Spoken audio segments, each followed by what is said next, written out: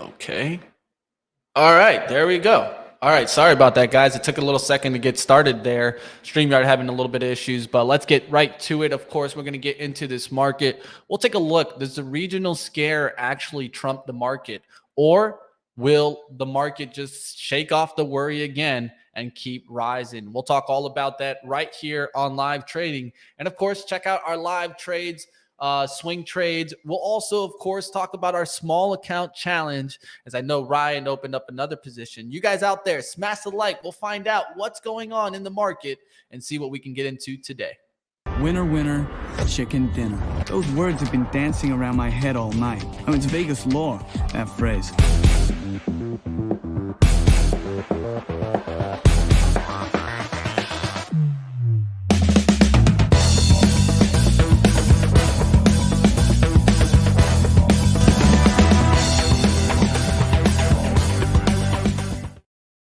All right, team, let's go ahead. Let's bring on the boys here. I got Ryan Faluna. I got Zunaid in the house. And yes, Ryan is in the headquarters. The Lightning in the background. The Michigan on. He's ready for the big game. But the big game's right here. It's right here in the market. How are you doing, Ryan? I'm doing really good, my man. Sorry for missing the show yesterday, but I was traveling. We're back at it again today. As you kind of teased, took another position in the after hours yesterday for the small account challenge. We'll talk about that here in a sec. Good to be here. Can't wait. All right. How you doing, Zunaid?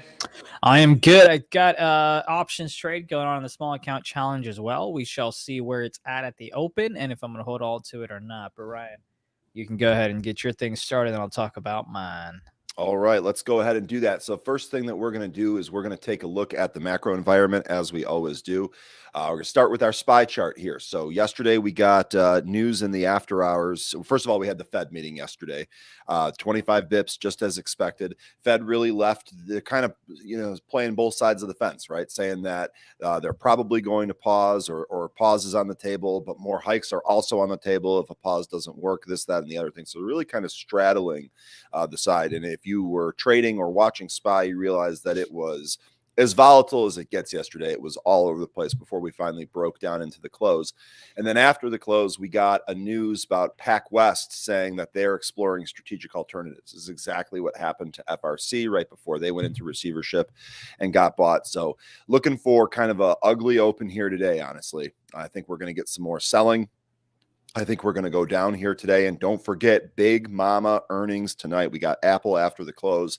Today could be absolutely crazy from start to finish. So we're going to do what we can do here on live trading to find you some options or find you some different trades. Now, as far as the SPY goes here, level that we're looking at is going to be 406 for sure. We've broken through this before. We definitely, for the bears out there, we definitely want to break through this to the downside, have a close below that level.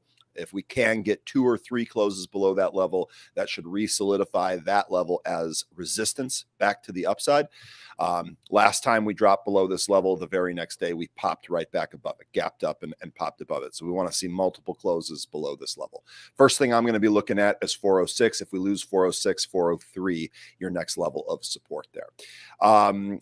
As far as how that applies to the small account challenge, let me go ahead and open Moomoo up. I should be able to share it a little bit better here, although it's not coming up.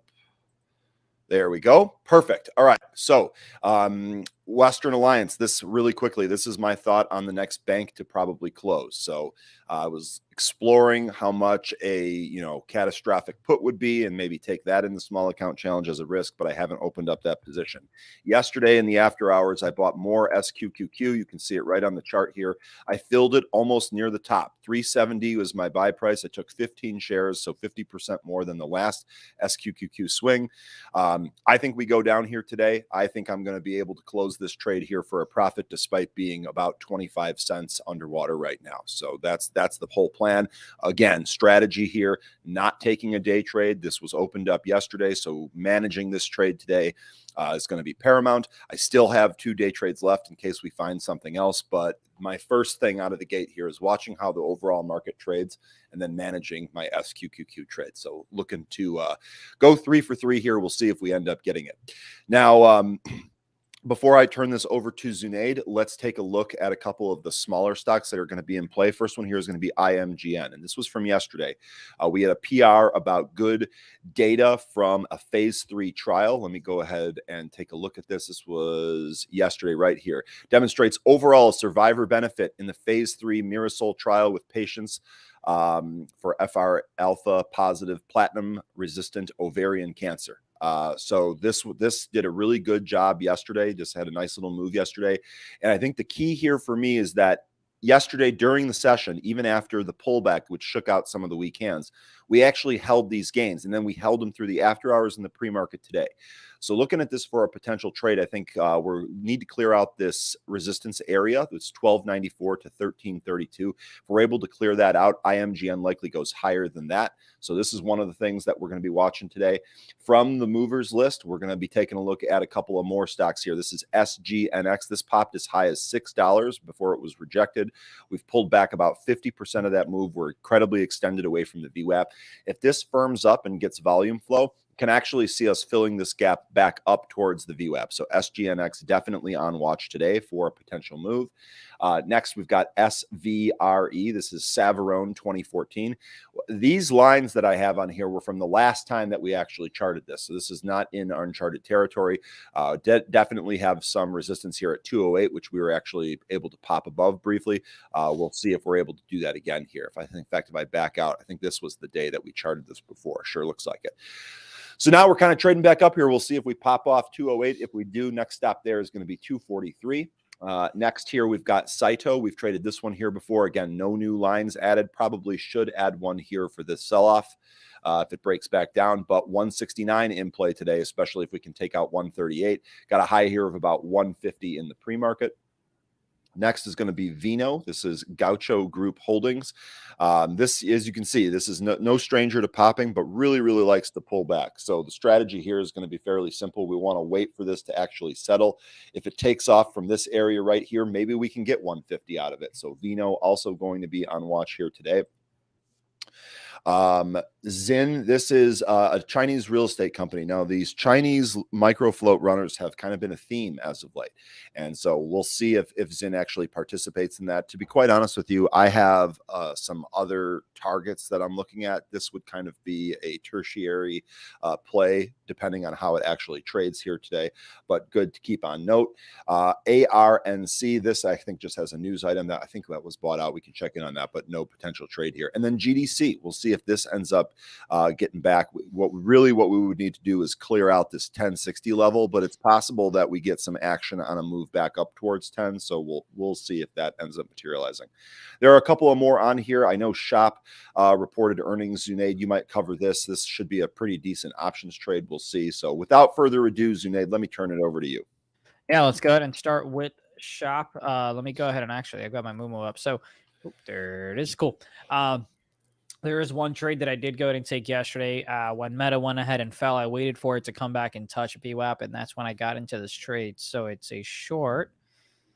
I've got puts. So on Meta, I've got the puts here, the 230 puts expiring, of course, this week. We will see how that plays out. I purchased these at 88 cents. They went all the way up to $1, but I was waiting for about $1.25 or so. They closed worth 69 cents.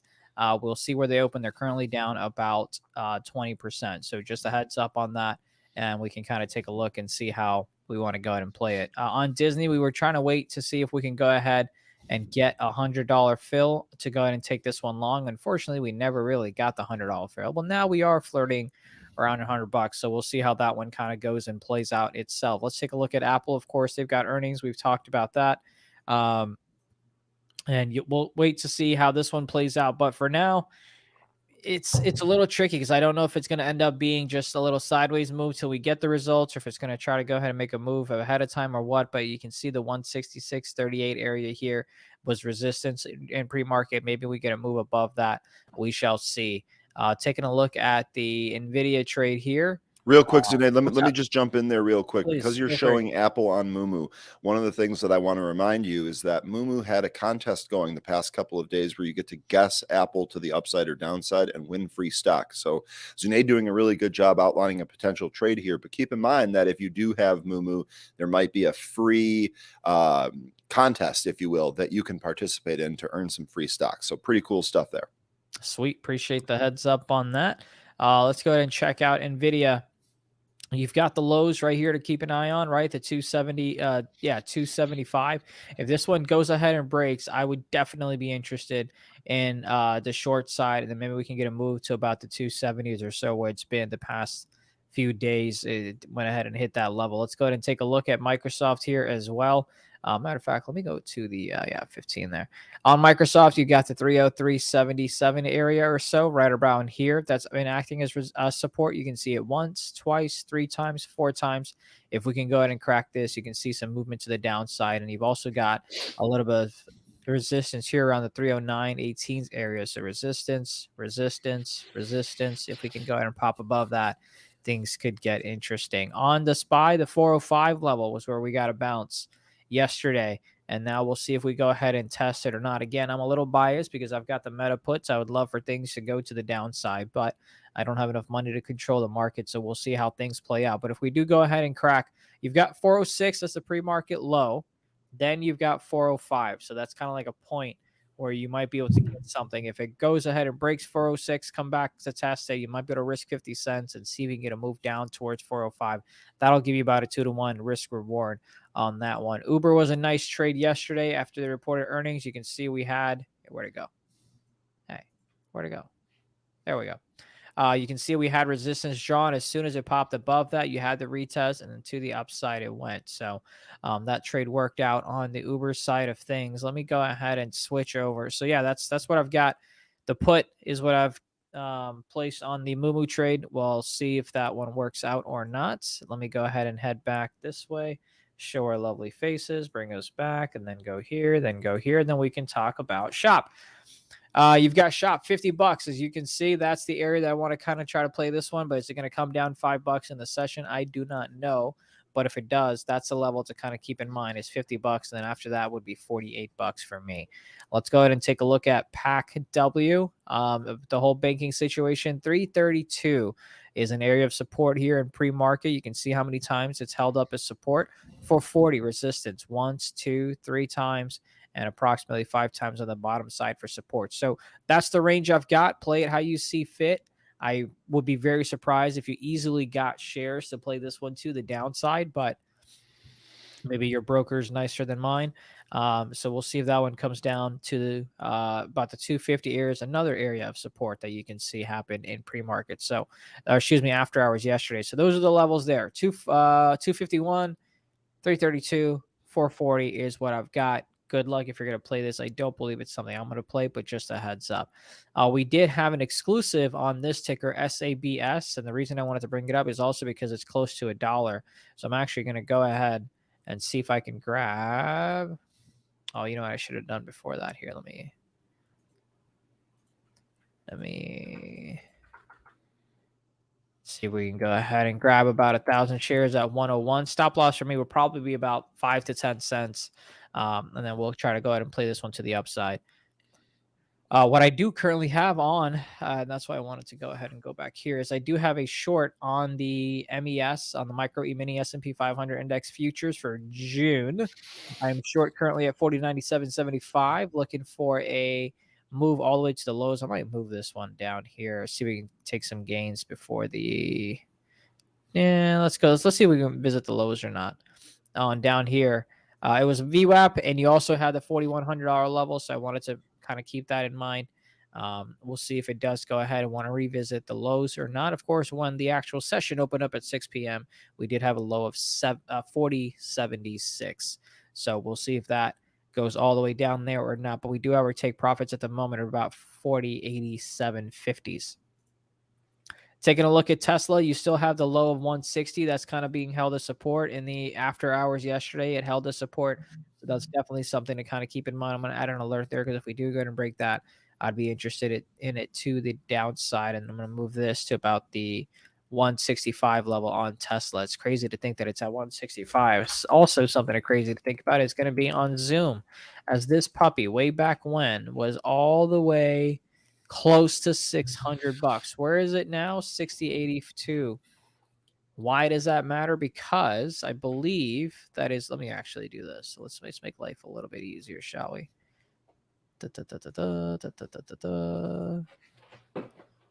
Move this out here.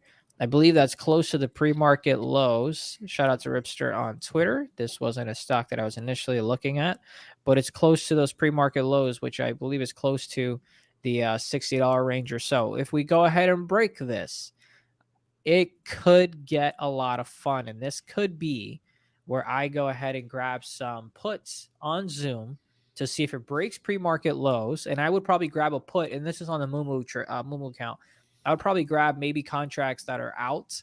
But of course, since I only have about $400 or so, I might have to do a debit spread or something like that, because I would be surprised if we break 60, if we don't take a visit to 55 and 50s. Again, depends on how Apple's earnings go. Maybe that kind of helps out in terms of markets and things like that. But nonetheless, something to keep in mind. You've already kind of found support there for a little bit, trying to break up, can't get past 62.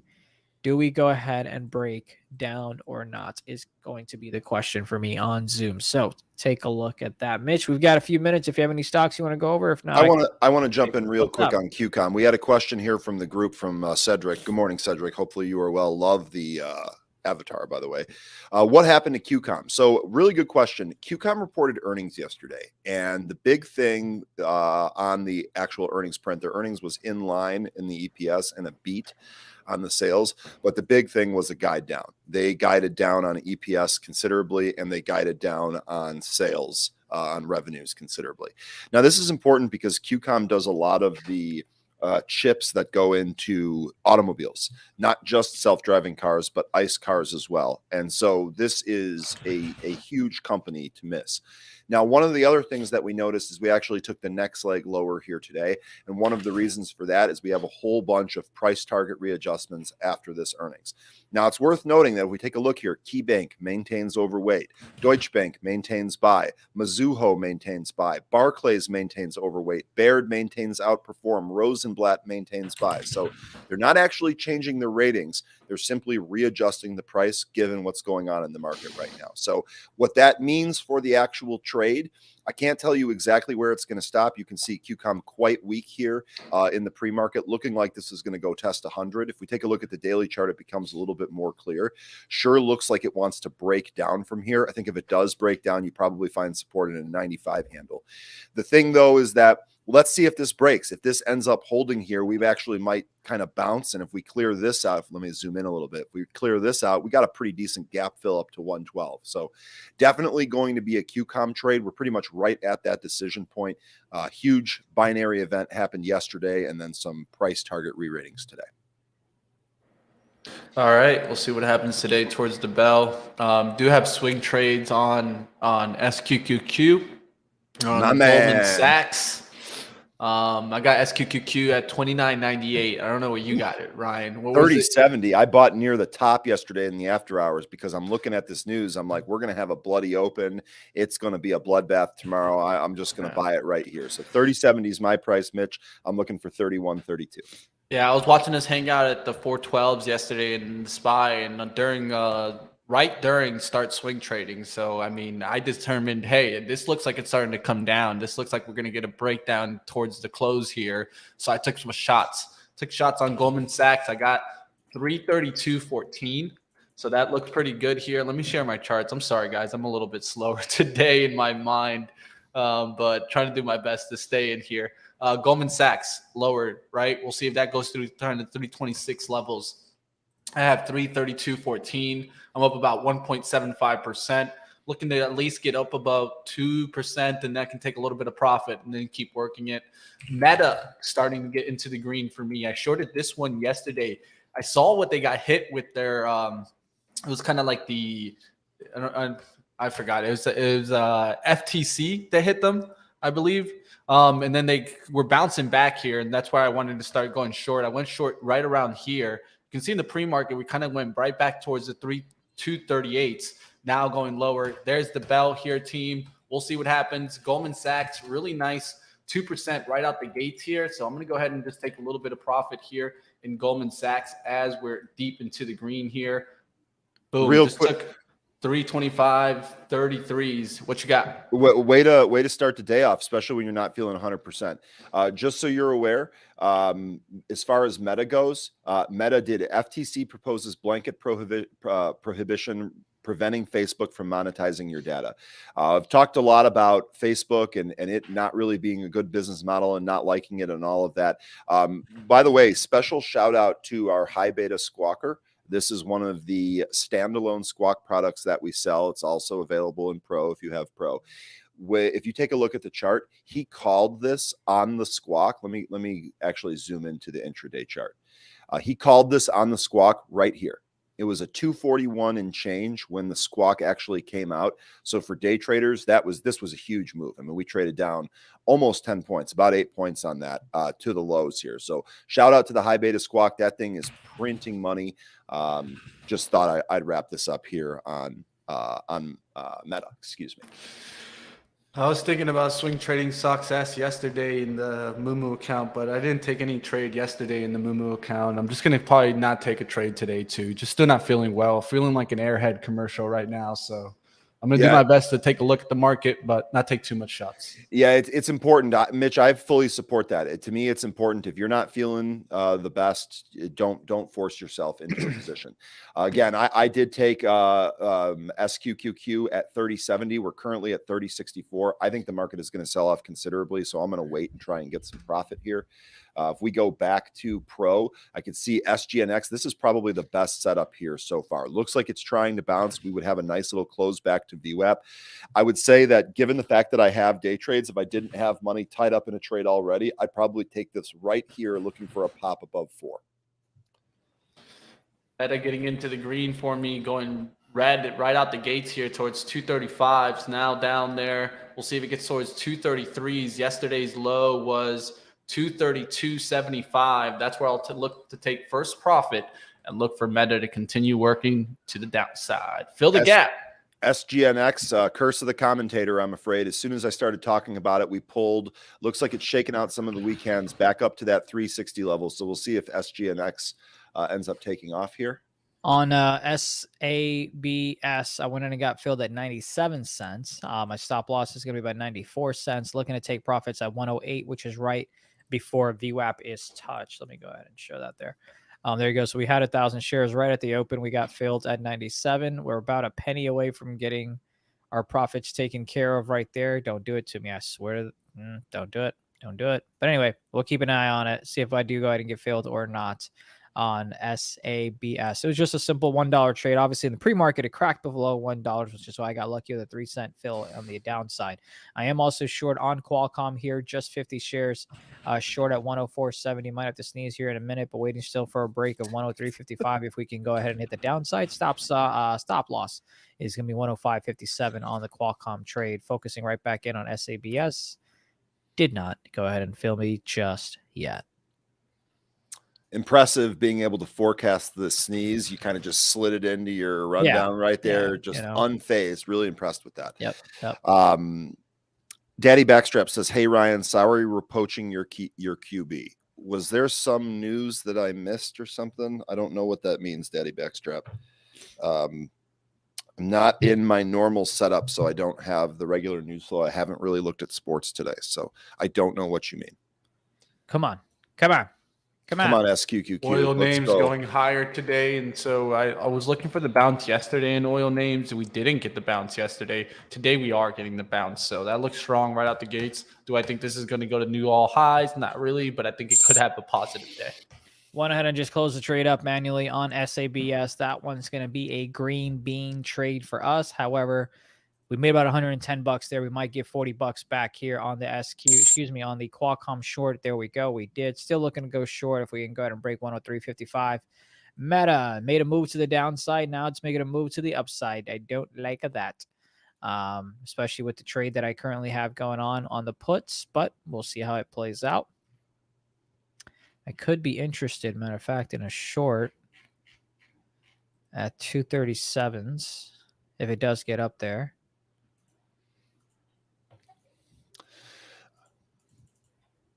While Zunaid gets that order in, let me go ahead and take care of this question. First of all, SGNX, nice little move up there. We did get that 4 that we're looking at currently, 415. Crow, looks like you're in that one. Good stuff there.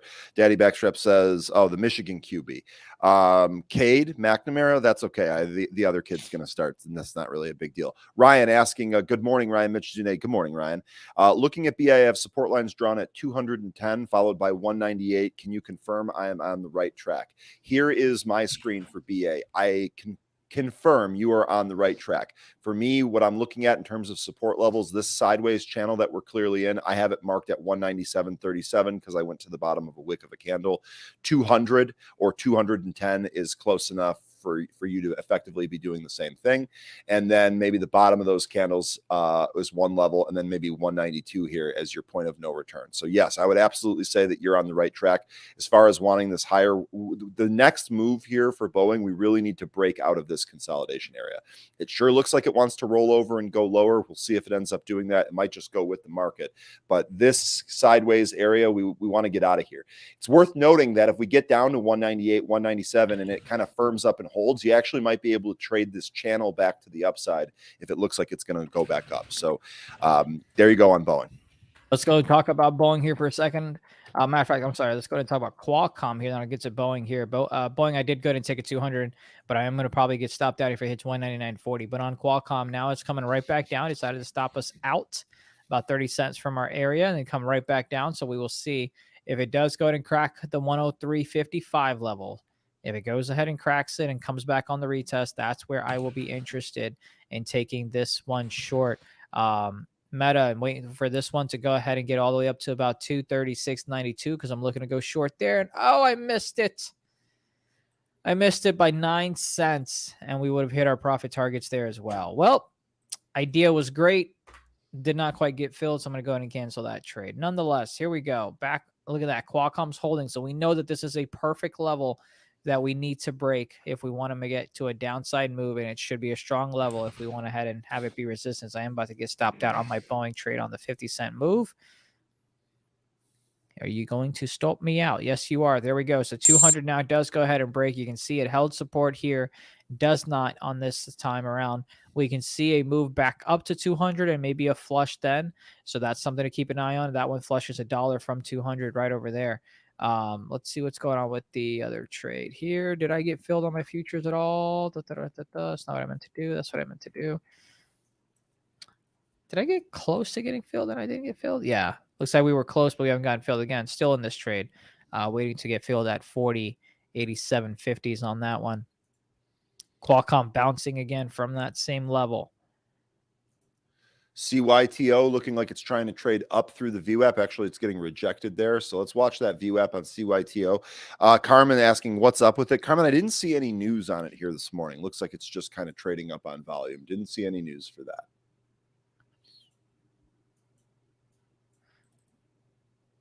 Glad we went ahead and sold our SABS because I don't know if I would have gotten filled on the 108s or not. But nonetheless, now it's coming back down. Maybe it does test a buck. But we are out of that trade. Let's see what else we've got. Oh, let's check out Zoom. SQQQ coming back a little bit off of its highs. But that's we got all day on that one. This is actually one of the reasons too, as far as the small account challenge goes. It's one of the reasons why I like taking a position like this, especially an ETF that doesn't have a whole lot of movement. It's easy for me to watch and manage this trade throughout the course of the day, and I can effectively wait this out all day. I'm still in the camp that I think we're going lower. So unless that changes, I'm probably going to stay on this. I'm going to assume that Pac West is halted at 352s. Thank you for that. Let's see how it goes ahead and opens. Again, these are the levels that I have just simply based on pre-market action. Nothing magical happening here. New dog to the upside. I used to love playing this stock. Matter of fact, I believe a while back it was around 75 when I traded it way back when. Where's the 2020 area? Yep, this is around the time when I loved trading D-Dog. What a move to the upside. What a move to the downside. Clear support here. Let's go ahead and get out of the daily. But if you're looking to swing it or something like that, you can see 62.50 has been holding on quite well. Now we're getting a nice little breakthrough move. You should face some resistance at around 78, which was the high here in the after hours. Seeing some unusual options come in for Wells Fargo. It is the June 16, 32.5 put. They're sweeping up 1,000 contracts plus of that. Wells Fargo at the lows here. That bet sure looks like it's betting on it going lower. So a little bit of unusual option activity related to the banks here today. We did go ahead and have our profits taken on our futures trade, as that one did go ahead and test the lows of 40.87 or so. So that one's good to go. SABS goes ahead and cracks itself above VWAP. You can see pre-market action according to TradingView is 145. Qualcomm bounces right back up from the 103.55. What a dog.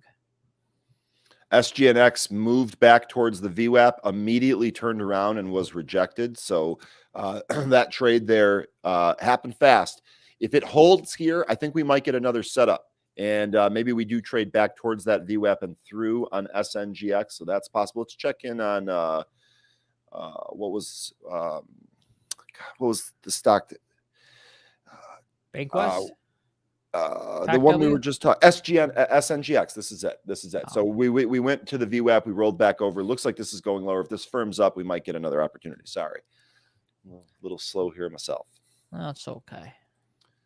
SQQQ back towards the highs here. Maybe this is going to be the start of that move. I mean, I definitely think we're taking the top off here at 30.78.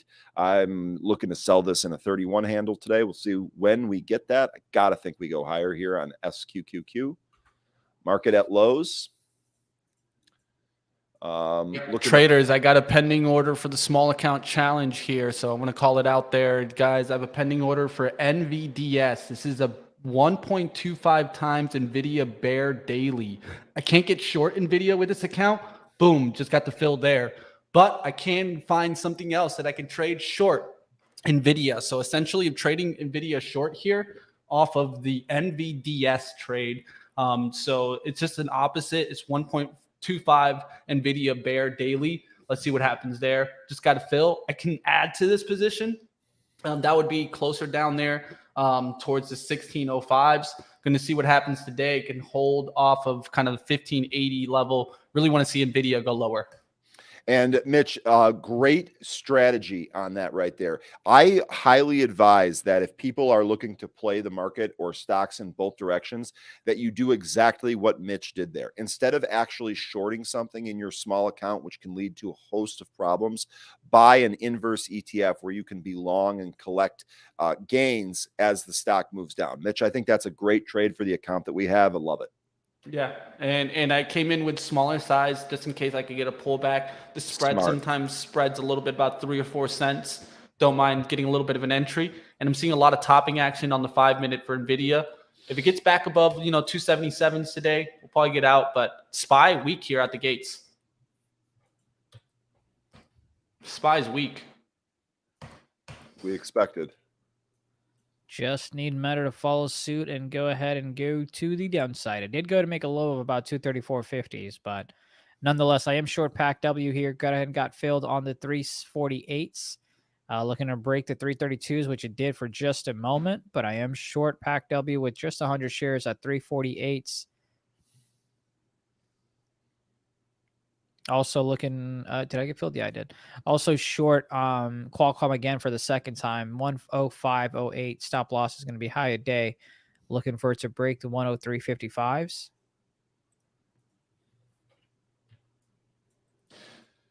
So if NVDS ever makes a move to 1620, there's a big seller there waiting with 8,000 shares, 8,249 shares at 1620. Just want to pull that out there so you understand where the big sellers are. Also 1650s. Of course, this is just my trade. You guys don't have to take this. These are my levels. I'm seeing the SPY just come down really quickly. Qs are lagging it, but now starting to really leak down towards 316. Let's start seeing this take down. NVIDIA, I want to see it go through 275. That shows me I got it down packed.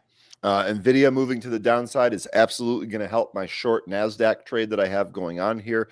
Raz asking us, can you please look at the level 2 on K? Here you go. This is your level 2. I'll be honest, there's nothing in this level 2 that is really, really notable.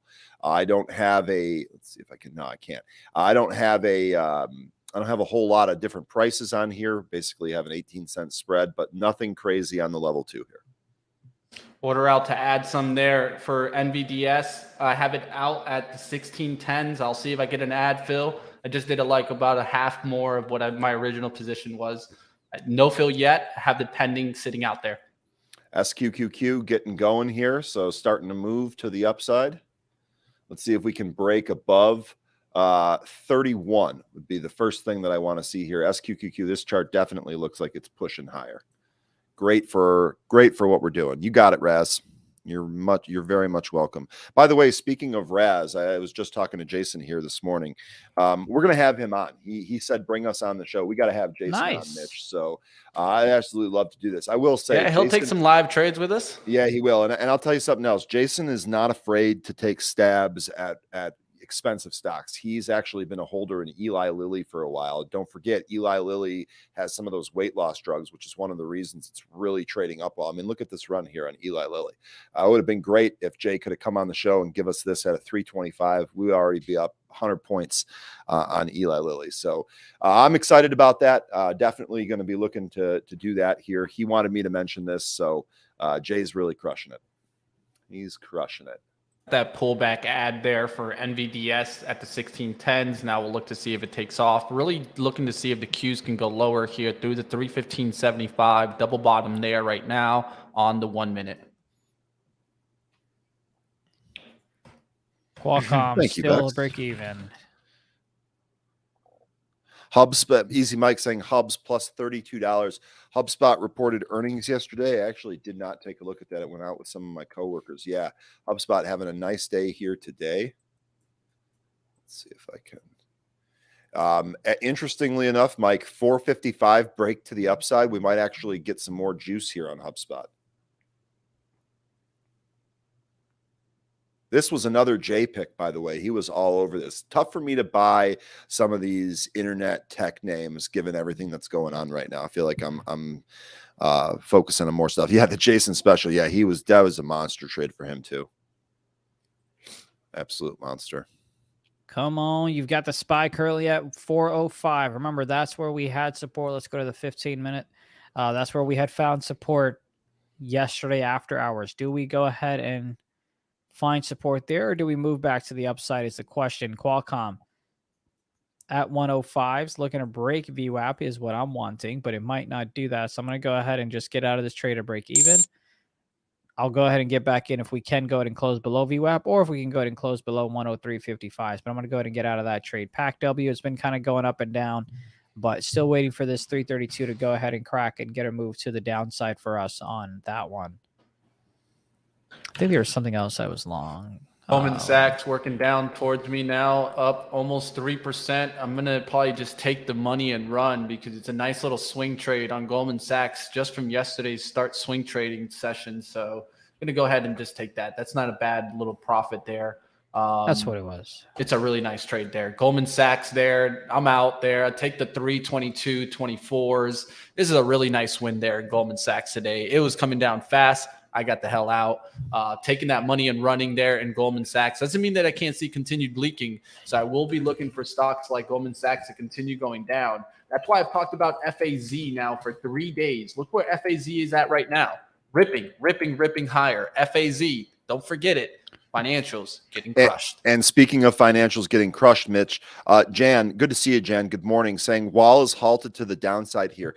Now, remember, we got news about PAC-W exploring strategic alternatives. If I was forced into a choice right now, my money has Wall as the next bank to fail. So you heard it here, May 4th. By the way, happy Star Wars Day. May the 4th be with you. Wall is probably going to be the next stock or the next bank that I have that's going to fail here. In fact, if we take a look at this might be something for the small account. I'll probably end up stocking this once I close the SQQQ trade. I'd be looking at some catastrophic puts. This level right here that we're at, I feel like if this breaks, things could really get wild to the downside. Let me start looking into some puts that we might be able to take in the small account challenge as kind of like a lotto. All right. Want to see the 5-minute close on NVDS towards above 615s, and that will give me a nice little outlook there for NVIDIA going lower. I'm going to reiterate what Mike is saying here. Carmen and the ladies in the chat are awesome.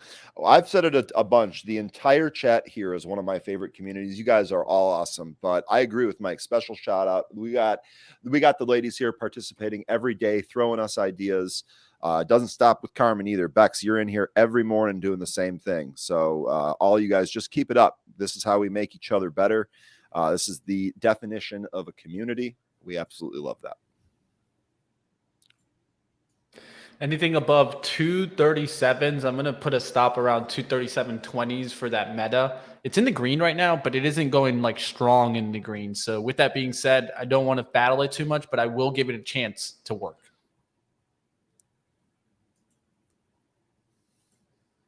I think if that meta sell-off speeds up, that could really help our QQQ short or the SQQQ long. Yeah, I'm going to look to go I'm short. looking at it. What you got? To SPY at 406.10s. So 405, we talked about that level, holding on yesterday. Went ahead and held at the moment as well. Gave you 50-cent move to the upside. Now I want to see it come back and test VWAP around the 106.10s and see if we can get a flush down. Our Eli Lilly trade, you mentioned Eli Lilly right as the time as it was making somewhat of a double bottom there. So I got in on that one. Got out just there. So that's a front run of a trade. But I just wanted to call out the fact that you can also kind of keep an eye on these double bottoms. I believe it also happened on, was it Qualcomm that it did? Yeah, there you go. On Qualcomm, similar thing, except this one we're waiting to take short. God, IV on these. Oh my goodness. All right. So looking at the wall stuff here, the IV on these wall puts is gigantic. We're looking at the 2.5 put at 522% implied volatility. Remember, when you have the implied volatility, if it's really, really high like this, it's possible that even if the stock moves in your direction, you will not necessarily collect the premium. We got a bid-ask spread of 65 by 80 on the 2.5 put. The stock's currently at $22. So all of this implied volatility is up right now. This does not make for a great lotto trade in a small account because we're being asked to pay a lot of premium up front due to this increased implied volatility. What I'd really, really like to see here with Wall is somehow a bounce back where some of this IV comes in a little bit, and then maybe we could take a look at some of these calls, or excuse me, some of these puts here. But I'm looking in the June 16th contract, looking at the puts between 22.5 down to 2.5, just massive, massive implied volatility. I'm seeing a lot of open interest here as well. Considerable amount in that 2.5 put. I mean, those are only 80. I mean, do we take one of those? I don't know. I'm going to give this a little bit. I'm going to try to be patient and give this a little bit and see if we can get a little bit better deal on some of those lotto puts. All right, the Q's coming back a little bit there. NVIDIA getting a little spike there. Going to see what happens a little bit later on, see if we can get that downside action. We're not getting it right now, but the Q's are still not at VWAP, so I'm keeping an eye on the Q's overall. Sorry about that, guys. You're good, man. Oh, we just hoping you finish better. You feel better. Sorry. Went ahead and added to my short on the Pack W trade. Now I'm short 400 at an average price of 364, excuse me. And if we go ahead and get high day, I will go ahead and get stopped out on that trade there. Taking a look back at Qualcomm, still waiting for this one to close below VWAP. Taking a look at Meta, I believe this one's right below VWAP. Yep, sure is. It's finding support at that 235. And of course, SPY's getting closer and closer to that 406.10 short that we want.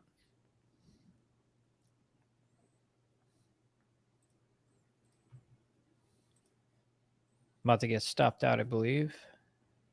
No, we still got about 10 cents to go.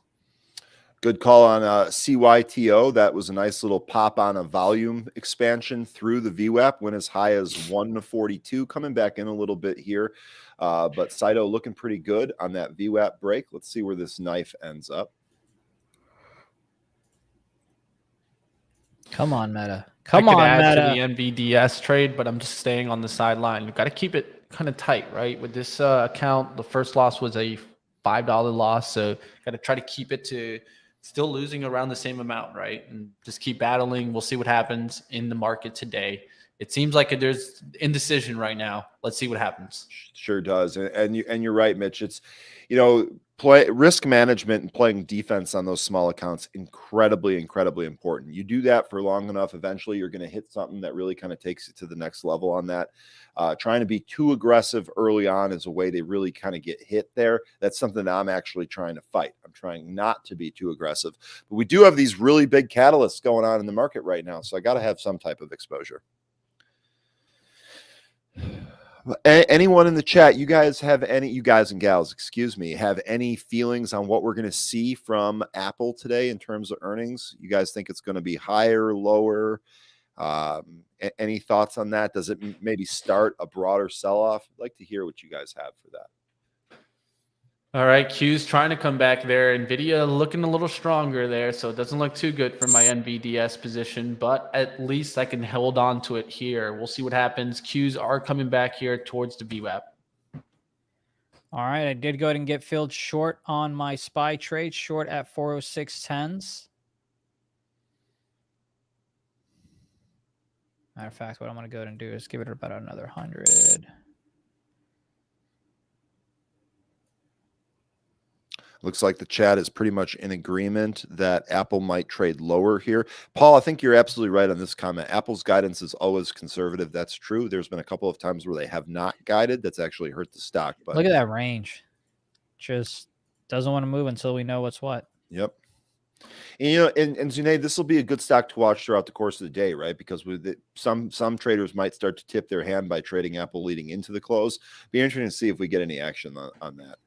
Yeah. All right, guys. I want to take a quick second here to go ahead and let you guys know. You guys have been seeing us use Moomoo today throughout the day. Definitely hit the QR code if you guys want to check it out. And besides the free and useful investment tools you guys see us use, they are hosting a paper trading competition right now with the first place prize, $1,500 in cash coupon.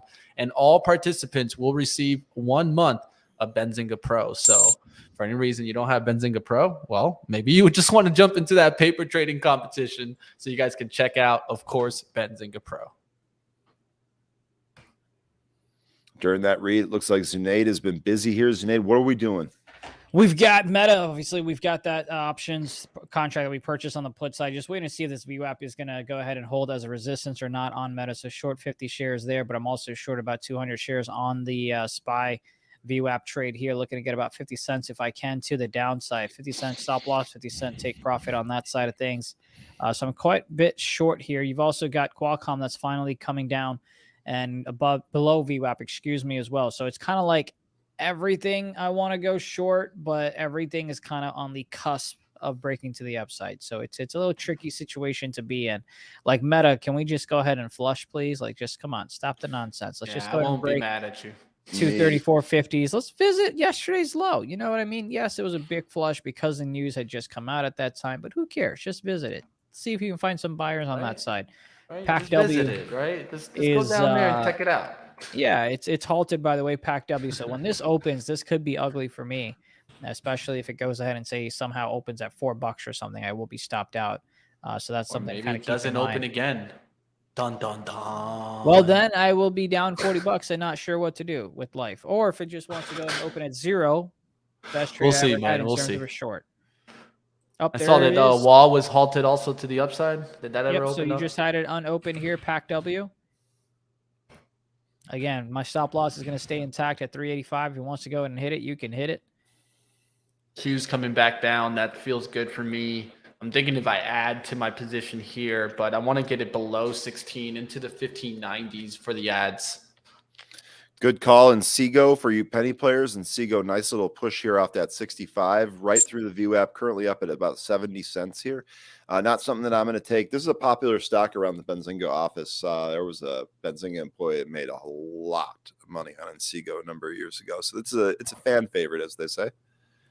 All right, you've got Meta that's coming down here. So that, we want it to continue coming down. Let's actually see if we can draw where it may go ahead and find some support. We'll see how accurate this crayon drawing ends up being. Let's go ahead and check out SPY. So that short is working out as well, as we are approximately 30 cents in the money. Can we go ahead and get a little bit more, please? Thank you. Come on down.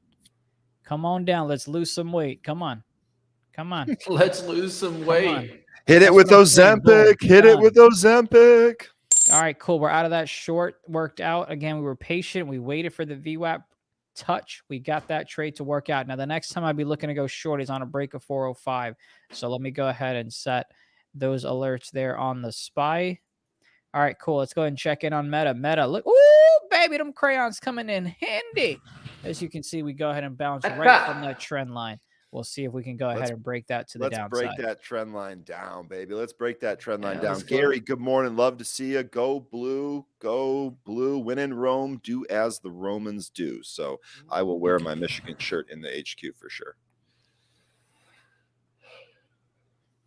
All right, just keeping an eye on the 15-minute chart there for NVIDIA. It's kind of like stuck in this bearish decline, but it could pop through the 278. Qs bounced there off 316. That's 2 bounces on the Qs. I'm really looking to see if we can take out 315.75. Stay focused had a question. My apologies. I haven't really looked at the chat today, but Z, do you think at times it's better to enter some of these shorts 15 minutes after the market opens? Qualcomm is breaking down nicely. Well, I would say yes, simply because I tried to short Qualcomm 2 times. Once I went ahead and got break even. The other times I did lose money on it. What I would wait, right? So for me personally, if you want to be patient, kind of like here where you have a 15-minute close below. Matter of fact, why don't I just put money where my mouth is? I'm going to go short 50 shares here. So because it closed below VWAP, it went ahead and tested it. Now I want to see it kind of fail and touch here. So I know my stop loss is probably going to be high of this candle here. Therefore, for a 1-to-1 trade, 103.68 is where I would go ahead and have my take profit as well. So this is how I would trade it. And I'm putting a crisp half of Benjamin on it as well. Let's come back to our Facebook trade. As you can see, that crayon drawing, that little small, short-term trend line is trying to hold on for dear life. But if it can't, we can go ahead and lock in some gains at 234.73. Come on, baby. All right, that's close enough for me. We'll worry about the $5 later. Going to go to close out that trade. Works out in our favor on Meta. Qualcomm above VWAP. Yeah, I still got a piece of Meta. I haven't sold the swing trade. I still got it. Let's see if it goes through the lows of yesterday. My puts are down 8%. It's all about the Qs here. Qs still hanging in there. If you want to see tech give up, the Qs got to give up. Yeah, one of the things I'm thinking about here, Mitch, I've got this this SQQQ trade on, so I'm effectively short the Qs by buying an inverse ETF.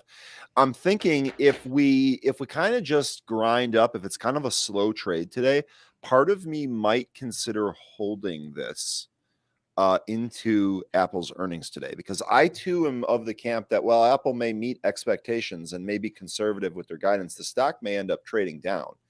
And if that happens, I think, Apple's been one of those stocks that's holding up the market. So if we see a sell-off in Apple, it's possible, we also see an increased sell-off in some of the other tech names. And with me already being long an inverse ETF for that would be great for the trade. So this might be a multi-day swing. We'll see. If I do update this position off of the show, I will again tweet out the change in the position as well as a screenshot showing that. So if we don't do it here, it might still happen later in the day. If you want to follow along on my Twitter at rfaluna. Went in and took another short opportunity in PAC-W. See if that one works out or not. High day is going to be my stop loss. I want this VWAP to be a strong force of resistance and for us to come down similar to the trade that we had on Meta, as that one went ahead and broke the trend line. And do we just see flushes? What's what we want to see, as we are now down about 6% on our puts, which do expire tomorrow. Matter of fact, let's see if we can go ahead and test this. Interesting formation forming on this SQQQ. We're getting higher lows, but we're also getting lower highs. So the price is actually compressing. It eventually is going to break out in one of the directions from this compression. Obviously, I'm hoping on a breakout to the upside. We'll see where we end up going here.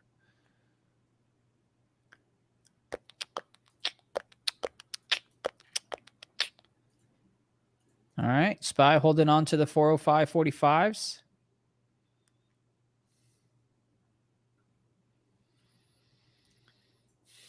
break that. We might see 405s itself. I'm short a few things. And not just in life. Come on. Which way are we going to go? Thanks, Smoke Tuna. It's a habit, I guess. It's a reflex, not a flex. But Looks like we're having if an you are Apple looking pulse for spread. up action, if you're for some reason not looking at the Bears side, AMD is strong out the gates.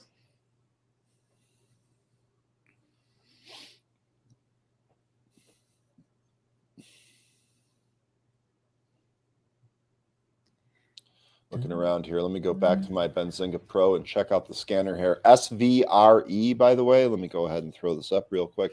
SVRE, this is actually some pretty good trading action here. I would really like to see this move through 230. If we get a volume expansion accompanied with a move up and through 230, I think this is good for a potential long. I got first target here at 260, so a potential 30-cent scalp here. This is looking, it's trying. It's trying. Let's see if SVRE goes here. SNGX, just a complete breakdown. SVRE knifed there at the 220. Staying above VWAP, though. Austin, appreciate it, man. We know everyone is trained. Please smash the like button. Help us keep this show free. Help us gain more sponsors. Help us help you. Really appreciate it, Austin. Smash up that like. Mitch is out here fighting through sickness for you guys for free. Let's give him some likes here. Yeah, smash it up, team. Feel like an Airheads commercial, and I'm still here. What was it? It was I ordered some Quest protein bars from Target that are supposed to come in today. They're like donut flavored, so I'm excited to have that come in. The Quest bars, man. You get on the Quest bars? Doesn't Quest make like a Oreo protein bar, Oreo flavored? They make cookies bar? and cream, cookies chocolate and chip cream? cookies, Okay. a bunch of other stuff. They've actually got chips that are, I think, phenomenal. But yeah, chocolate sprinkled donuts is what we've got coming later today. So we'll see. We'll see if this will be a good substitute. Is that just because of the flavor, or because it actually does something for you? Well, it gives you protein, 20 grams of protein, and it also ends up being a nice little dessert while also not giving me too much sugar. I was going to say the sugar's at manageable levels in those Quest bars. Exactly. Less than a gram. So yes. They probably got some artificial sugars in there, probably, but it's all good. They'll do you good. And actually, speaking of that, I try to stay away from anything artificial. I would rather have real sugar instead of artificial sugar and just limit the amount. It's tough. So you're not a fan of like what do you call it? Those zero sugar drinks? Like no, I used to drink those all the time. They gave me gigantic stomach problems as I was consuming too much fake sugar, sucralose, Splenda, all that stuff. None of it's good for you. One of the good ones, as in one of the bad ones. But yeah, one of the good ones and one of the bad ones. I like it. Yeah, like it's one of the good call outs that you have for things that are bad, is what I meant. But nonetheless, you've got Spy rejecting VWAP at the moment. You've got Pac West having a tough time getting over VWAP, which is what we like to see. Yeah, the battle right now is the Qs at the VWAP. That's what I feel like it's all about right now. I don't know if you guys' VWAP is at that same line. Let me see where Moomoo's is here. The Qs. Yeah, it's slightly. I have it a little bit slightly higher than the one that I have from Moomoo, but still, we'll see. Do we come back down to 316? Or do we go higher? Do the VWAP. How's the Spy? I know that was hard. That was leaking more at the gates here. That's still not at the VWAP yet. There's NVIDIA pushing through the 278, so it doesn't look the best there for my trade there for NVDS, but just holding in there right now because that's one thing, at least for NVDS, it's very low priced. It's at like $16 versus like, NVIDIA's that cost $278. Yeah. This is also giving me an advantage to going after NVIDIA, right? Because let's just be honest, with my overall account, how many shares of NVIDIA can I get? Maybe 2? Not even two. And so that's why I think it's also a good thing that I'm going after this one. But hey, we'll find out if it works out. And speaking of that trade, Mitch, looking at the cues here, we are up off the lows. Looks like we're trying to bounce towards VWAP, but we'll see if we end up getting through VWAP. In fact, we got really close there and we were rejected, moving back down towards the lows. What I'd really like to see on the cues here is a break below 315.75. I think if we break below that, this might speed up here to the downside. Did go and get stopped out on Qualcomm, by the way. Now it's looking to break the new highs, or looking to break the previous highs, and there's the break of it. So QCOM is bouncing. Is that what I just got? That is correct. Bounce from the 103.55, and this is Yeah. why maybe we should have been smarter. Obviously, the smarter thing, and not just hindsight, but just in general, is to wait for the break and the retest. But like Boeing, you don't always get that 200 area doesn't really work out. You do have a little bit of support being found around the 196.50 on that one. Pac West, again, not really flushing the way I would have liked for it to. Let's see what's going on with Meta. Just coming right back up to test VWAP. Meta. Come on. Oh, you want to go lower? We'll see. Should we go with the trend line? Let's just have a little bit of fun. Whatever.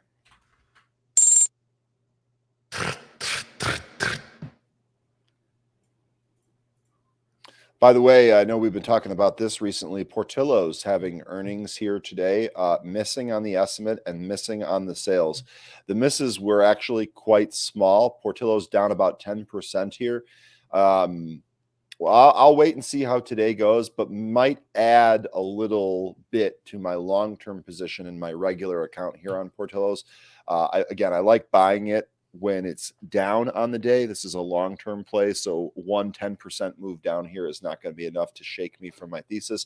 And I own this lower, right? My average is in the 17s, so adding a little bit up here on a down day wouldn't necessarily hurt me to end up raising my average a little bit. But conference call, I definitely want to wait and see if I can get a transcript of this and read this. What I'm most excited to read about is how the 600 store expansion is going. Is that slowing or speeding up? Is it going according to plan? Again, conference call ongoing now, so I'll see if I can find that stuff out. But just noting they did report earnings today, down 10% here, 232 on Portillo's. I want to add, but the Qs really need to break 315.75. I want to so bad, but it's just more along. If I do it too early, the Qs can chop me out. So you see the Qs reject there. They start going down here, but will they break this 315.72 level? I want to see big bars do that. Once I see that, then I can start looking for pullback entries on NVDS. We'll find out what happens. And if you look at that chart that you've got up here, Mitch, what you're seeing here are higher lows, right? We want to see that trend fail. Right now, here we are. Let's see if this candle rolls over and gives us a lower low. That might be the start of another downside move here on the Qs. That's why I'm looking at the 5-minute here and versus the 1. If I look at the 1, I get a little bit confused. I'm looking for this big bar breakdown through 315. If that happened, yeah, we'd get the downturn. But if the Qs get back up above, let's say like 317, yeah, you'll start seeing some squeezing out there, especially in the technology names. Apple is coming back. I will let you guys know that. And that's where it gets a little bit dangerous because we could get some people going after Apple as Apple goes higher. SVRE, Crow calling this one out. SVRE, big bounce off that 180. Now, this level, this is consistent with one of the pre-market levels here. Looking at this in hindsight, I would not have traded this bounce, but this is a really good one, right? Just in 2 minutes here, this is the 3rd minute stick here. We're up 60 cents. So if you took this, Crow, if you took this, at this point, I would say probably book some of these after this 60-cent move, but you're right. If it breaks the top off here, this might get wild. SVRE, potential trade here. Good spot, Crow. Right. Pac West went ahead and got halted as I'm in the trade short. We're in the money by about 11 cents, but we'll see how this one works out when it opens back up. All right, we'll see if the Qs want to do that breakdown. They went down there towards a low of 316.05, but didn't get through that 316. It's early in the day. We got all day for that to happen. That's why we're just sitting back and waiting. That's right. sometimes. That's right. We got a plan. And our plan right now is telling us to wait. As traders, sometimes the hardest thing to do is sit on your hands and not over trade. But I think both Mitch and I are in a position right now on today where the move right now is to just wait it out. We got a plan. Let's see if it plays out. SVRE really needs to attack this 260 here. We're trading up here. Let's see if SVRE breaks the top off 260. The crow. Caw. Even sick, your caw is pretty funny, Mitch. That's props that to wasn't you. me. There was a bird outside. I don't know what happened there. Missing your birds, Ryan? They're being well watched. Yeah, they're definitely being well watched. So is Buddy. I get updates. On him. He's doing good. But yeah, you know what, Mitch? Anytime that I'm away from my animals, I miss them. And the thing about birds, I was actually explaining this to one of my coworkers yesterday. The thing about birds is when you have them talking to each other in the background, you kind of get used to it and you don't hear it. But then when it's gone, you notice that it's gone. And you know, I start my day with listening to my birds sing to each other, and don't get that when I'm traveling here. All right, SVRE pulling back here. Let's see if we can bounce and maybe move through that 260 level. SNGX looks like it's starting to curl off those lows. Yeah, SNGX, it's trying. It's going to try to make a move back towards the VWAP. I currently have VWAP at 380. We're down here at 316. So if that trade happens, you get that volume expansion, you might have another trade there on your hands. There's a 316 move for the Qs. Now we're through it. Now I'm feeling a little bit more confident to take some shots. So I'm trying to add here towards my NVDS. Boom, just got another add there. You guys know I'm willing to add. I just took another shot. Now I got about 20 shares here at 1607 for NVDS.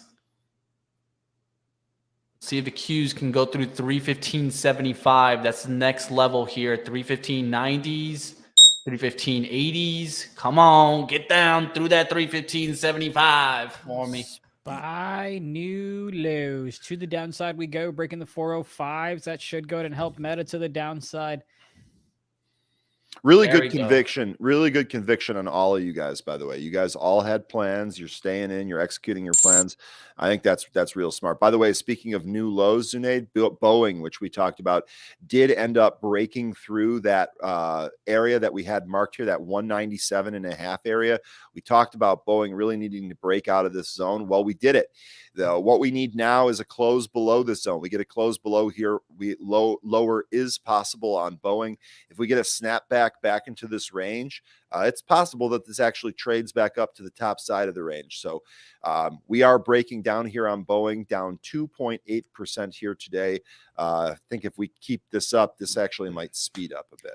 We've got two trades that just went ahead and worked out in our favor. One of them is going to be PACW, PACW, halted down. And when it halted down, it went ahead and gave us our profits. So let me go ahead and flip over to my chart. There it is. PACW halted to the downside, gave us the money on our short. So that trade worked out. Also on Meta, META, we had a short that also went ahead and got clocked on the limit side. So we've made money on that as well. Let's see if that trend line breaks and we get another move to the downside. Here now you've got SPY figuring things out at that 405 level. Look at that. I don't know what just happened, but apparently Mitch decided to hit the buy button, brought it right back up 30 cents for some reason. But that's what's going on in SPY. This is why you want to have limit orders out. Huge wick. So that when these wicks happen, you can go ahead and get your profits, but also obviously on the other side, your stops can also get hit. You know, one of the algos there. Yeah, one of the things you'll often hear us kind of talk about reasons to have limit orders out and reasons to not have limit orders out. And I think the other day, Mitch was just saying how he doesn't want to put his order out there because he doesn't want someone else to see it on the level 2. The one big takeaway here is that there are pros and cons to both. So Zunaid is absolutely right. By putting his limit order out there, he's actually able to get his fill and execute his plan when he has this big wick. And that trade, I mean, that worked out to perfection, Zunaid. Excellent job there. But thank you. again, what he's saying there is he's trading the ability to hide his order, saying, I don't really care if the market sees my order because I think that there might be some type of pop here. It's exactly what he got. He's out. So just understand that there's a trade-off in some of those things. It's not necessarily one right and one wrong answer. By the way, SQQQ did trade up to a 31, rejected, back down 25 cents here to 30.75. So those wicks are definitely tricks. Yeah, it's just like stops, right? Sometimes it's going to help you. Sometimes it's going to hurt you, right? I mean, that's just the way it is.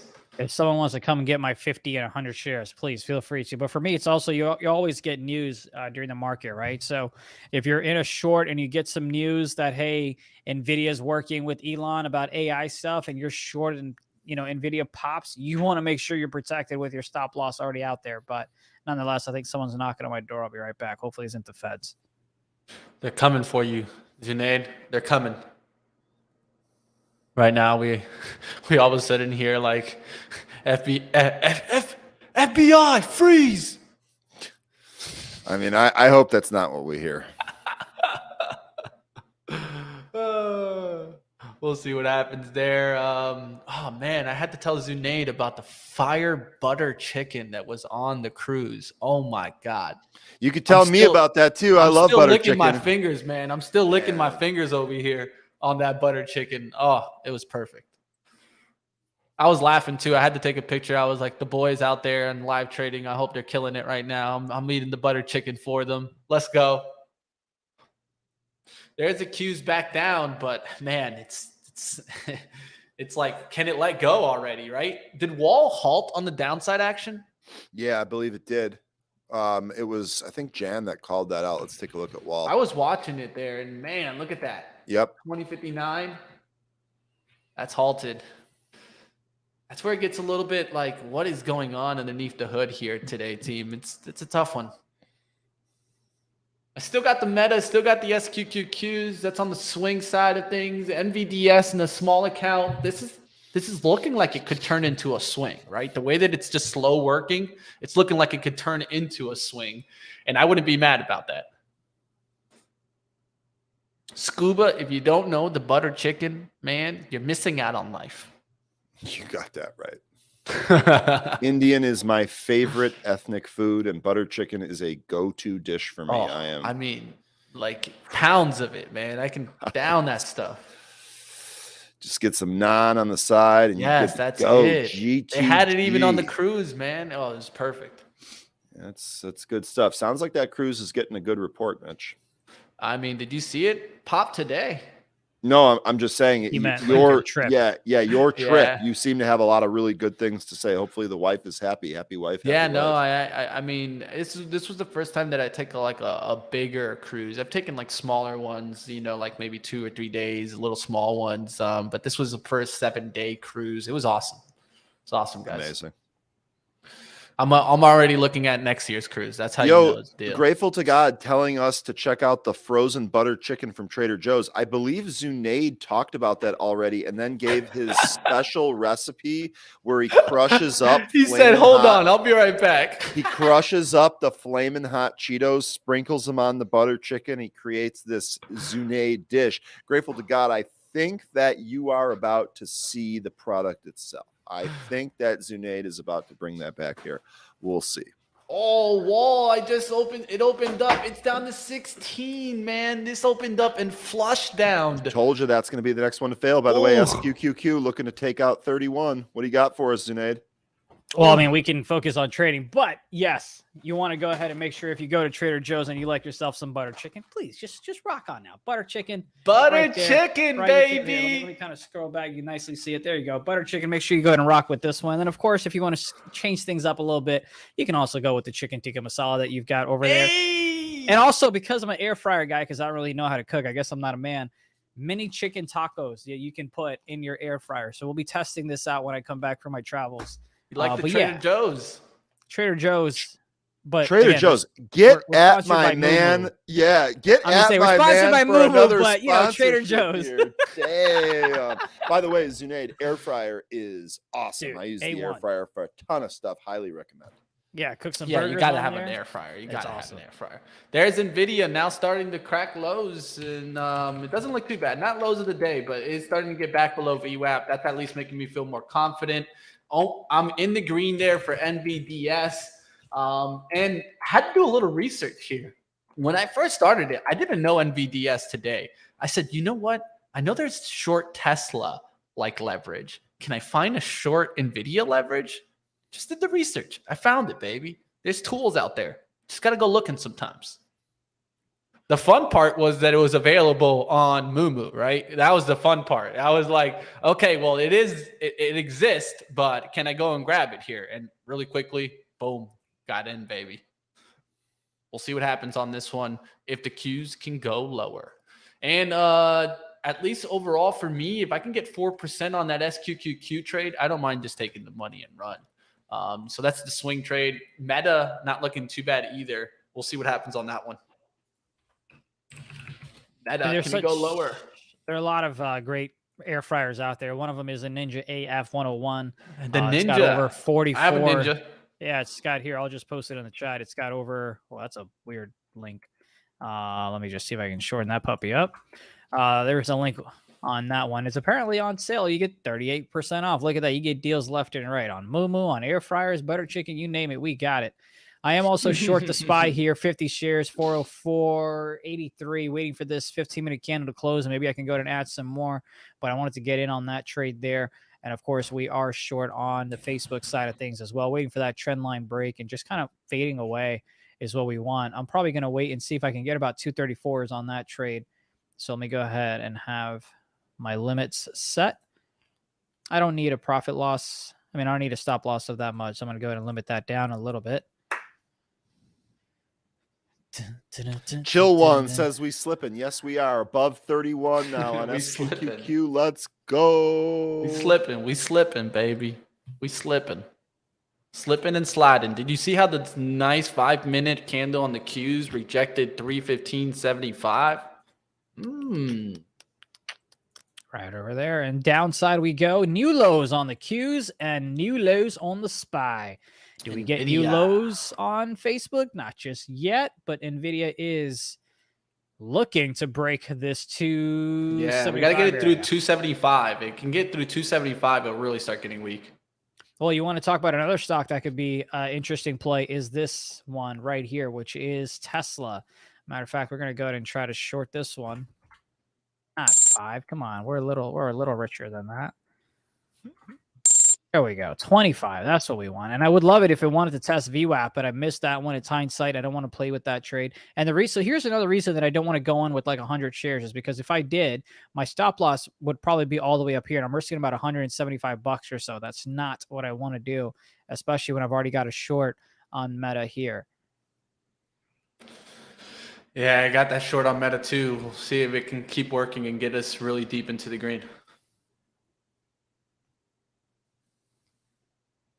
By the way, Pac W now at 305. So that's 3 halt downs, I believe. Here's the first one. The second one where we went ahead and took our gains. And here is a third one. We'll see if we get a bounce. If you're looking to get in this one to the long side, pay attention to the about 255 area. Because that's where it does not look good out there, team. It does not look good at all. I will show you guys what I'm really concerned about. Bigger banks, not the small ones. Forget the small ones. I ain't trading those crappy names. But I'll tell you right now, you've seen this action on JPM. Look at JPM down there. You've seen the action on Goldman Sachs. Look at Bank of America down to 26. That's not what you want to see. The bigger global banks, if those start getting crushed, now, yeah, the concern will come in. It's not the regionals, I think. The regionals people are shaking off. But they're not going to be able to shake off if some of these bigger banks start to show the worry. God, Wall. Maybe I should have taken some of those lotto puts. This thing is this is unbelievable. Wall just flushed down and halted again. Burr makes the money. Burr makes the money pretty machine. Oh, man. What a trade, Jan. Congrats. Damn. You were all over that. Jan. And remember, when we were talking about this earlier, said that if I had to choose, this would be my next bank to fail. Trading action here today showing you that is possible. Whew. Bank of America, JPM, BlackRock, they're all getting hit hard as well, says Christopher. Yeah, I agree, man. Tom Huff wants to, Ryan, can you post your Twitter? Yes, right here in the solo layout, right by my name right here, Ryan, and at rfaluna. That is my Twitter. Boom, boom. I'd be happy to go ahead and post it here for you. Let me go Give ahead them and the follow, add that in man. the Give them the chat. follow, team. Much appreciate all of the follows too, folks. I actually was talking to a couple of my other FinTwit friends, and they were saying, Ryan, you should make like a goal and a push to get to 4,000 followers. I'm currently at like almost 3,800. So any help that you folks can get me to 4K, much appreciated. Again, we're pretty much going to keep rolling with the small account challenge. And let me say, by the way, yesterday, let me actually find it. Let me show you the energy that we're working with here in this show. Let's go to my Twitter profile. Let's go to replies, and let me show you a little conversation that I was happening yesterday. Of course, so here we go. I told you that if I take new positions, come on now. If I take new positions outside of the show, what I'm going to do is I'm going to fill you in on Twitter. I'm going to let you know, hashtag small account challenge. I'll go ahead and post the screenshot there as well.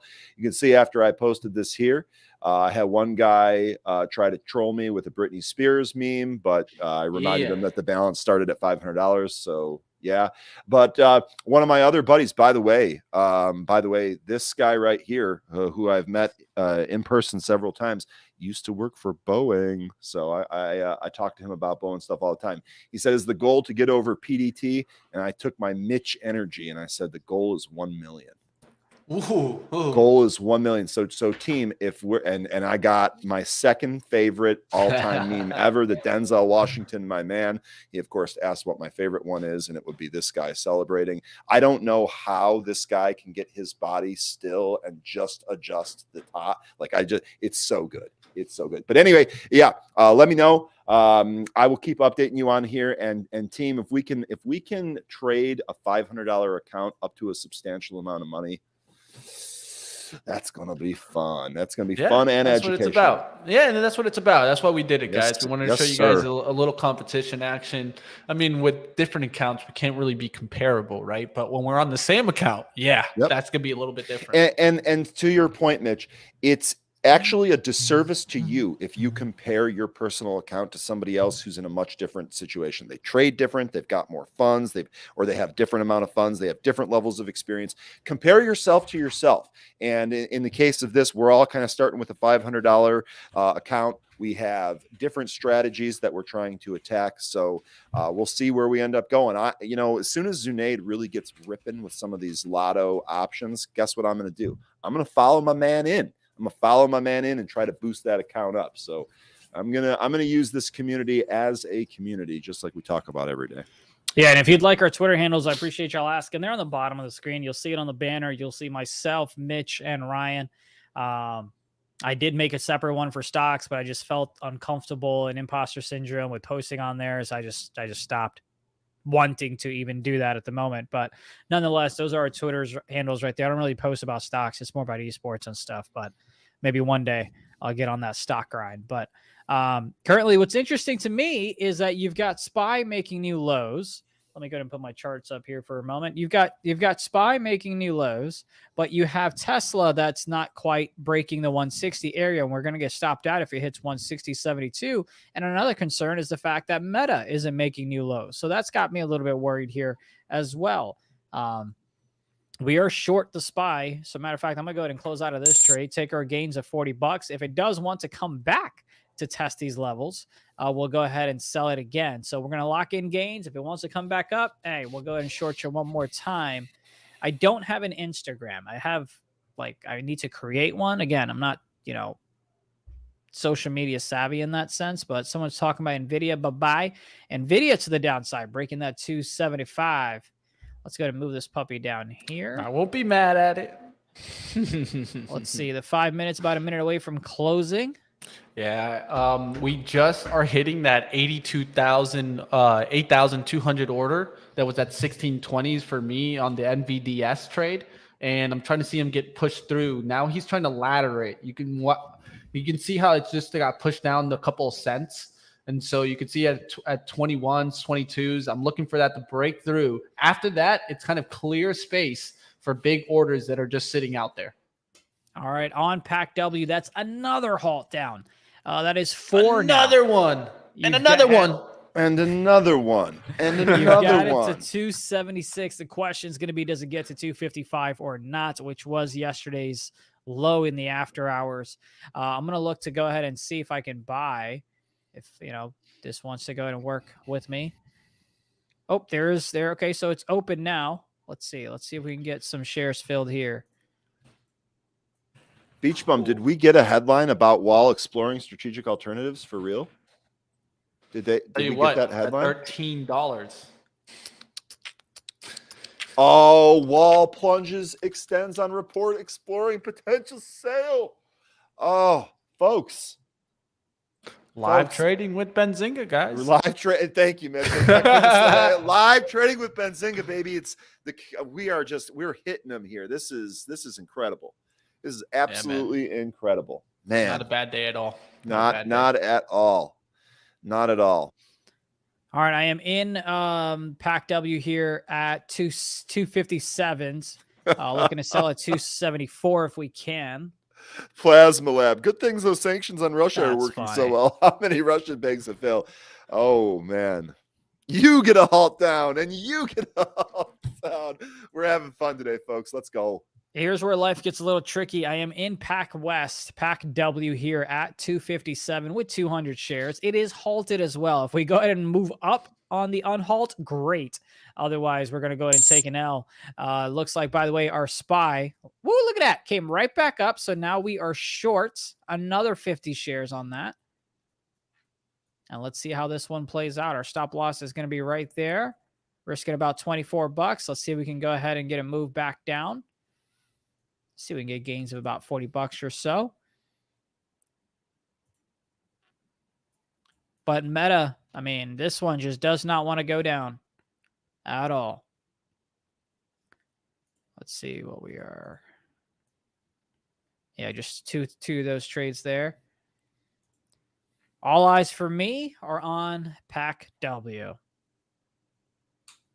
Jennifer Lopez, welcome to the stream. J-Lo, Amazon green. J-Lo saying Amazon is green. So Amazon, nice little bounce off the lows. Yep, nice little bounce off the lows. The only big boy that's up?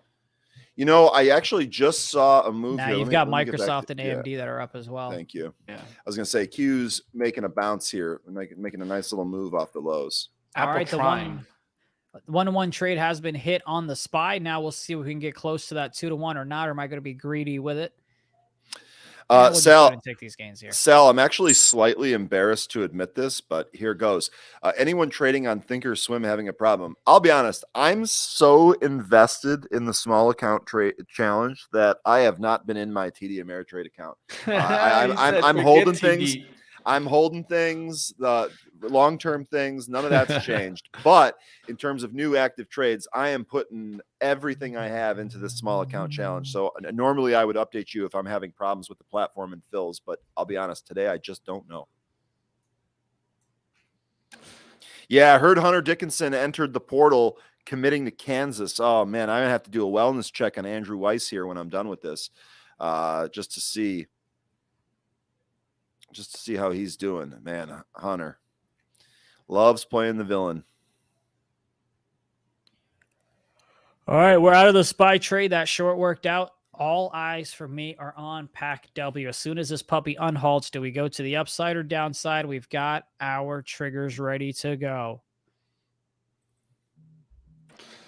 All right, let's see if the Qs can make a new low and then just continue to see this climb. NVDS now to 1621s, trying to get through that seller. No one wants to take that off the offer. It's 1623, 2,800 shares waiting there. After that, it gets clear. So I'm looking to see if we can blow through him. Look, and the funny part is this looks like algorithmic because it like goes up a penny, it pulls it back to a 25. It pulls it back to 25. It's kind of funny here. I'm just watching the price action here. Let's see if the Qs can make a new low.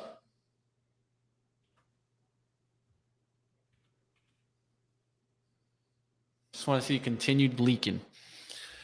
Let's let the drain out and let it just keep leaking throughout the day. Ron saying, Sal, I'm using Toss and it's working okay for me. Ron, appreciate that. This is another benefit of a community. When you guys are all using different brokers and you can tell each other experiences, sometimes you don't actually have to learn the lesson the hard way.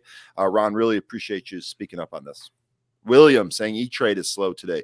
You know, this is a common theme I've actually seen in some of these wild market days. Sometimes some of these brokers, they can't keep up. And if your broker is giving you problems, there's nothing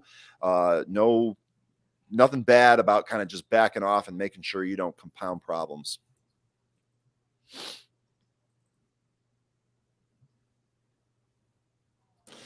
All right, how are those overall banks doing? That's what I'm keeping an eye on, because if those can keep going lower, I think we keep going lower. JPM at 132, bounced there 3 times on the 5-minute, now bouncing back towards the 132.50s. We'll see if it takes out 132 again. Saw some $1.4 million worth of SPY 400 puts. Those expire May 19. They took 3,000 contracts. Look, there was another buy right on the back of that at 390. So a lot of money being put on SPY. It looks like to the downside here. Well, I don't know about the other brokerages, but there's one thing I can definitely say without a doubt. You guys have seen my fills here on Moomoo today. They've been pretty quick. So at least that. And I'll tell you right now, you might want to check out this QR code, because at least for me, I'm seeing some pretty quick speed coming here from Moomoo. I was really impressed with the execution. I totally second that, Mitch. I was worried that by going to a broker that might not be as popular as something like Thinkorswim, your fills might not be great. Maybe it's a Robinhood thing all over. Not the case. Not the case. These executions are great in the regular session and the after-hour session. I get the price that I put in there. Really, really impressed. Just overall, really, really impressed. And I would have to say, I've probably dug into 5% of everything that Moomoo offers, and and just that is awesome. So I think that there's a lot more. Mitch, I really can't wait to explore that quant tab that you talked about. I have done nothing so much yet. more, guys. I know. There's so much more. And then if you go to this Explore tab, you go to Strategy Selection. Look at this, team. This is really cool. I'm deep in the green, so I can watch this right now. So look at this. This shows me double bottoms, previous return on double bottoms. How have they been performing? It shows me triple bottoms, head and shoulder bottoms, arc bottoms, bullish flags. How are those performing today? It shows me the stocks that are performing and doing that. There's so many cool analytic features that I've been finding from Moomoo. And I mean, there's still so much more. The app is pretty cool too. I've been working with the app overnight and just kind of checking things out. And it's pretty good. It's pretty quick. It has a lot of really cool. It has concepts in the Explore tab on that one. I'm trying to find new things, but I'll tell you right now, this really cool. The strategy selection area, I thought this was pretty cool. Yeah. I haven't seen this from too many other brokerages. I don't know. If you guys know another one that can do this, let me know. But I don't see too many out there that are giving you strategy selection and historical data on that. Stay focused, asking me, Ryan, so would you open a second account with Moomoo after the challenge? So yes, I would. The reality, though, the way that this is going to work is that after this month, this account is still going to be open. This account is mine, and I'm going to keep trading it. And if we really make some headway here, we'll turn this into a thing, because I really think being able to kind of show how you started when you really didn't have a lot and the progression, I think that there's a lot of value there. And so as long as I don't make a mess of this, I'm going to keep doing that. I said the other day that I'm not at a stage where I'm ready to replace my broker. I got a lot of stuff set up very specifically. I'm used to it. No reason to replace it. For some of you that are opening multiple accounts in order to amplify the amount of day trades you have to get around PDT, this to me is a really good candidate for you. Go ahead and open it up, get your 3 more day trades. Like Mitch was saying, the execution is really awesome. Yeah, I plan on keeping this account. Absolutely. Yeah, for me, so one of the few things that I like about Moomoo, right, is the fact that you can go ahead and use, matter of fact, here, let me just go ahead and share mine. So I can properly go ahead and navigate. And these are things that I still need to learn how to properly use, right? So don't get me wrong on that. Let me see if I can find my Moomoo on there. There we go. Share that. Share my side of things. All right. So this is, my Moomoo here. What I love is the fact that you can go ahead and explore. You can kind of easily see within your broker, hey, what industry is doing well. So if I like to go long, but everything else I see is red, it's like, all right, cool. Let me see what's going on this side. And if you want to take a look at best performing, you can go ahead and kind of see within that sector what's going on there as well. So that's something that I personally really like. And then, of course, you also have your advanced decliners and everything right over here. If you want to try to check IPOs, if you want to take a look at hot stocks that are going, I'm a big fan of UI. It doesn't matter what it is in life. I'm a big fan of UI. And I know, Ryan, you had loved their app, which I obviously then went ahead and downloaded myself. And it was really cool to see how easy you can go ahead and navigate things as well. The only thing I want to go ahead and check out is see if Moomoo lets you chart options or not. Yes, I know that sounds crazy. I know that sounds wicked. Another broker lets you, which is why I have some money deposited with them, but I'd be interested to see if Moomoo lets you do that. And obviously here, real quick, if you wanted to, right, it's like, hey, I want to go ahead and find stocks that are here that have made a new low in the past 10 days. That stock prices between, let's say, 99 and 101s, because y'all know I love having my, let's go ahead and knock that to the side here. You guys know I love my whole numbers. You can easily go ahead and see that. So, you know, it really works out for what you're quickly looking to get and navigate. So definitely give it a shot if you're looking to deposit some funds. And I know Mitch has a QR code up on the top right-hand side as well for y'all to go ahead and take advantage of life. Let's go ahead and check back in on our stocks. Pac West is the only one that I'm currently in. It's in a halt fest. I think we had about 4 halt downs. Now we're up with a halt up to the upside, looking to break 274. If we can, we'll go ahead and get some more butter chicken money, which, by the way, I spent $50 at Trader Joe's the other day, and it was interesting. I'm not going to lie to you. Look, here's the thing. I'm a brown guy, if you haven't noticed. And it's always interesting when you go to Trader Joe's and you get frozen butter chicken as a brown man, and you get them in the quantities that I do. Like, I got $50 worth. Each of these things are about $5 a pop, right? So I promise you, Ryan, people there think I run an Indian restaurant and I just ran out of butter chicken. And therefore I need to like replenish our inventory. I promise you that's what they think. All right. Hey, well, you're giving ideas out there. Next person to start a restaurant using the Trader Joe's butter chicken. Like, you know how got there the was- idea from Zunaid. Am I from the Middle East? No, I was born in India. Matter of fact, if you ask me, I would say I was made in India. If you get it, you get it. Lol, By the way, Twitter, lol, that's his Twitter handle. Whoa. Pac All West right. to the upside. Let me try to bring this train back in here. Jay saying Portillo's not a great quarter, Ryan. Maybe building out hit them. Haven't gotten any under 20, maybe. So what happened there? Your thoughts. What happened, Mitch? Turn around. Something's happening, team. Qs Yeah, are you back got a there nice above pop. VWAP. Beautiful I don't pop know what the above. hell happened there. Someone All bought right. the dip. Let me just get back to that real quick. Jay, what are my thoughts? So first of all, I'd be looking to add under 20 as well. I definitely want to go through this a little bit more. Quick glance here. Increased revenue 16% year over year. Same store sales increased 9%. They talked a little bit about the class of 2022, which are the 6 stores that they plan to open.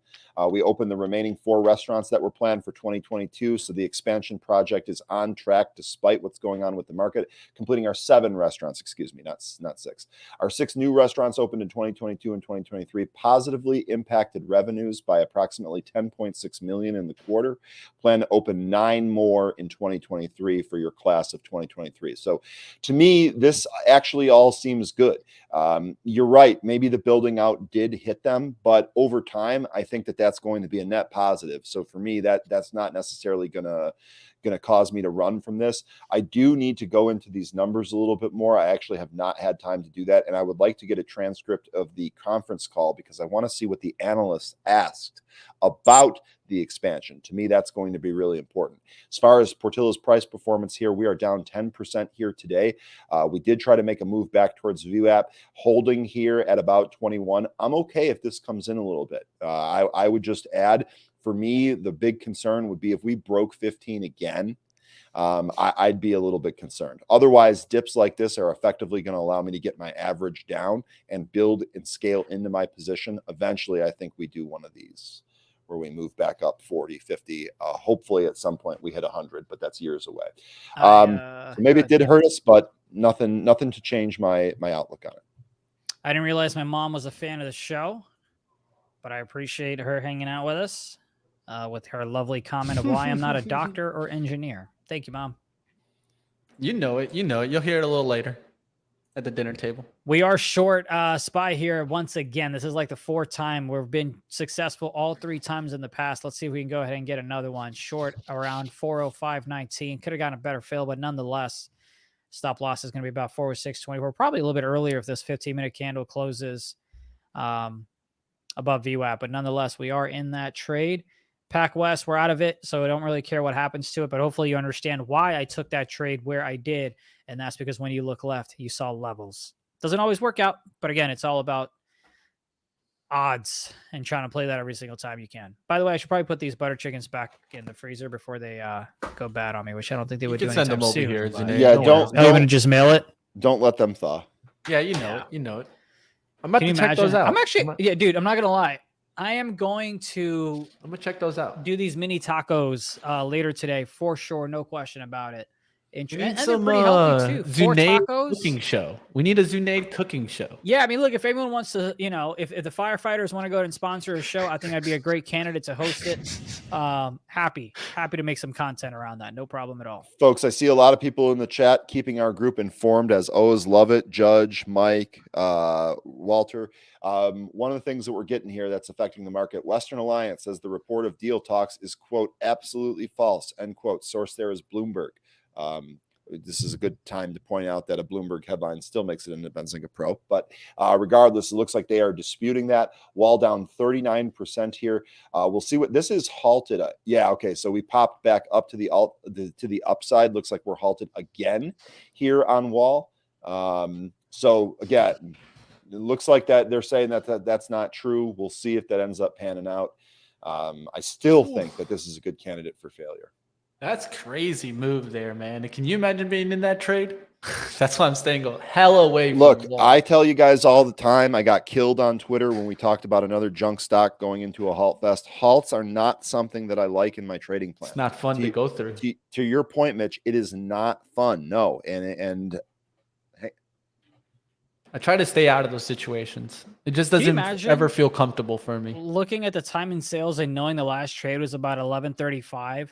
And then the trade after that was like $18. Like, yeah, dude, literally $18, like 1804. Like, by the way, we are. So you said you wanted to short banks, and then you get that. That's just, again, this is another reason why, Mitch, your call on buying some of those inverse ETFs to play things to the short side, really, really good disciplined move that's going to allow you to protect your account. Yeah, like let's say if I did want to short the banks, I would just look at FAZ. That would help me. Because now I'm not only in one stock, I'm in at least a leverage play, and I'm expecting momentum to go against these financials, right? It gives me a different ability to go about the market. There's always ways. Try to think of it sometimes, right? It's not just only one way to go after a play. All right, guys, it's about 10:52. In about 8 minutes, we'll be joined on All Access as we keep going. Of course, we'll just keep pushing team. We also got an interview tomorrow that I'm looking forward towards. I got to get a little bit better, got to get a little rest, but I'm excited to go ahead and have a good interview tomorrow. I'll let you guys know a little bit more about that later on Start Swing Trade. If you want to find out who's coming on, got to make it a Start Swing Trade. I'll see you guys a little bit later on there. Zunaid, are you running the interview later, or is AB? No, I've got some things to pack. It's going to be AB that's going to be taking over that side of things. Nice. So AB will be joining us in just a few minutes, just about 8 minutes here. So we got about 8 minutes left on the trading action on the day. So if you guys got questions, now's your shot. See ya. All right, Good we'll luck see to what everybody. else is going on. You're bouncing, Zunaid? No worries, man. The way you talk, I thought we were wrapping up. Yeah, I thought you were We're wrapping getting too, Mitch. there. I thought you were wrapping too. We're getting there. As you guys can see, my mind's already out of here. Saying take care. You just pump fake your own team. Oh, sorry, team. We're wrapping up. We got about 7 minutes left here. All right. I can hang on for 7. Yeah. We're getting there. So just another real quick update here. It looks like the headlines are coming in fast and furious here. We had the report from Bloomberg that the talks were absolutely false. We got a rumor here saying Bloomberg is reporting that Western Alliance Bancorp retained experts, to explore their alternatives. Remember, this is exactly what we saw in FRC and exactly what we saw in PAC-W before they moved to the downside. We now have it halted for news pending. So this is not going to be a 10-minute halt. We don't know how long this is going to be. It'll be interesting to see what that news is. This is another reason why just being in halted stocks not fun. Not Wild fun day at here all. on Wall Street. I Wild was day just here. gonna say it'd be great if you just had a put on this, regardless of which way it went. Maybe even a caller if you really wanted to. But nonetheless, good luck if you're in that trade. Hopefully, you find a way to make money and not harm yourself too much financially. But Tejas or Tejas, I don't know how to pronounce that. I apologize if I butchered it. How long did it take you to learn how to trade consistently?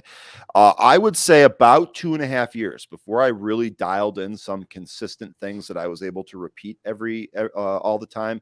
2 years. It was not an overnight success story. There was a lot of failure that really taught me my valuable lessons, but I gave it time and I didn't give up. And that's how I got to where I am here today.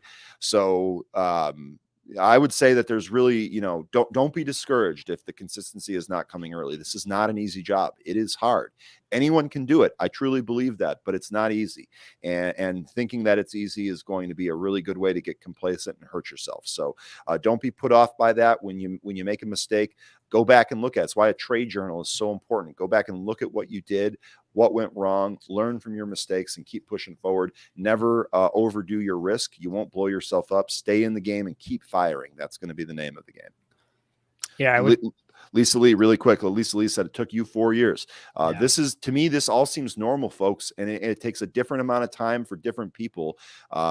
Compare yourself to yourself. That's some of the best advice I can give you. Yeah, for me, it took about, say, 2 years as well. Matter of fact, the first day of day trading, I lost a sweet 5 figures thanks to this stock right here. Well, thanks to me. It's no one else's fault but mine. But I purchased this stock right there on December 4th. I remember because it was right after Thanksgiving, and it's down. I mean, it's gone all the way down here, but I haven't sold yet. So we're still waiting, chat. We're still holding the bags. That's why we've got these gains. And on that note, I'm out. See ya. Showmanship. That's what Zunaid focuses on. Showmanship. Leave at the top. The George Costanza model right there. Zunaid is executing. You know it, team. You know it. Of course, I will be watching this NVDS trade all throughout the day. It's really going to be about the Qs recovering or not. I mean, Qs back up through 317, and then I'd be a little bit concerned about my position. Have been up a slight amount, been down a slight amount, right? I mean, we got this. I have an average at 1607.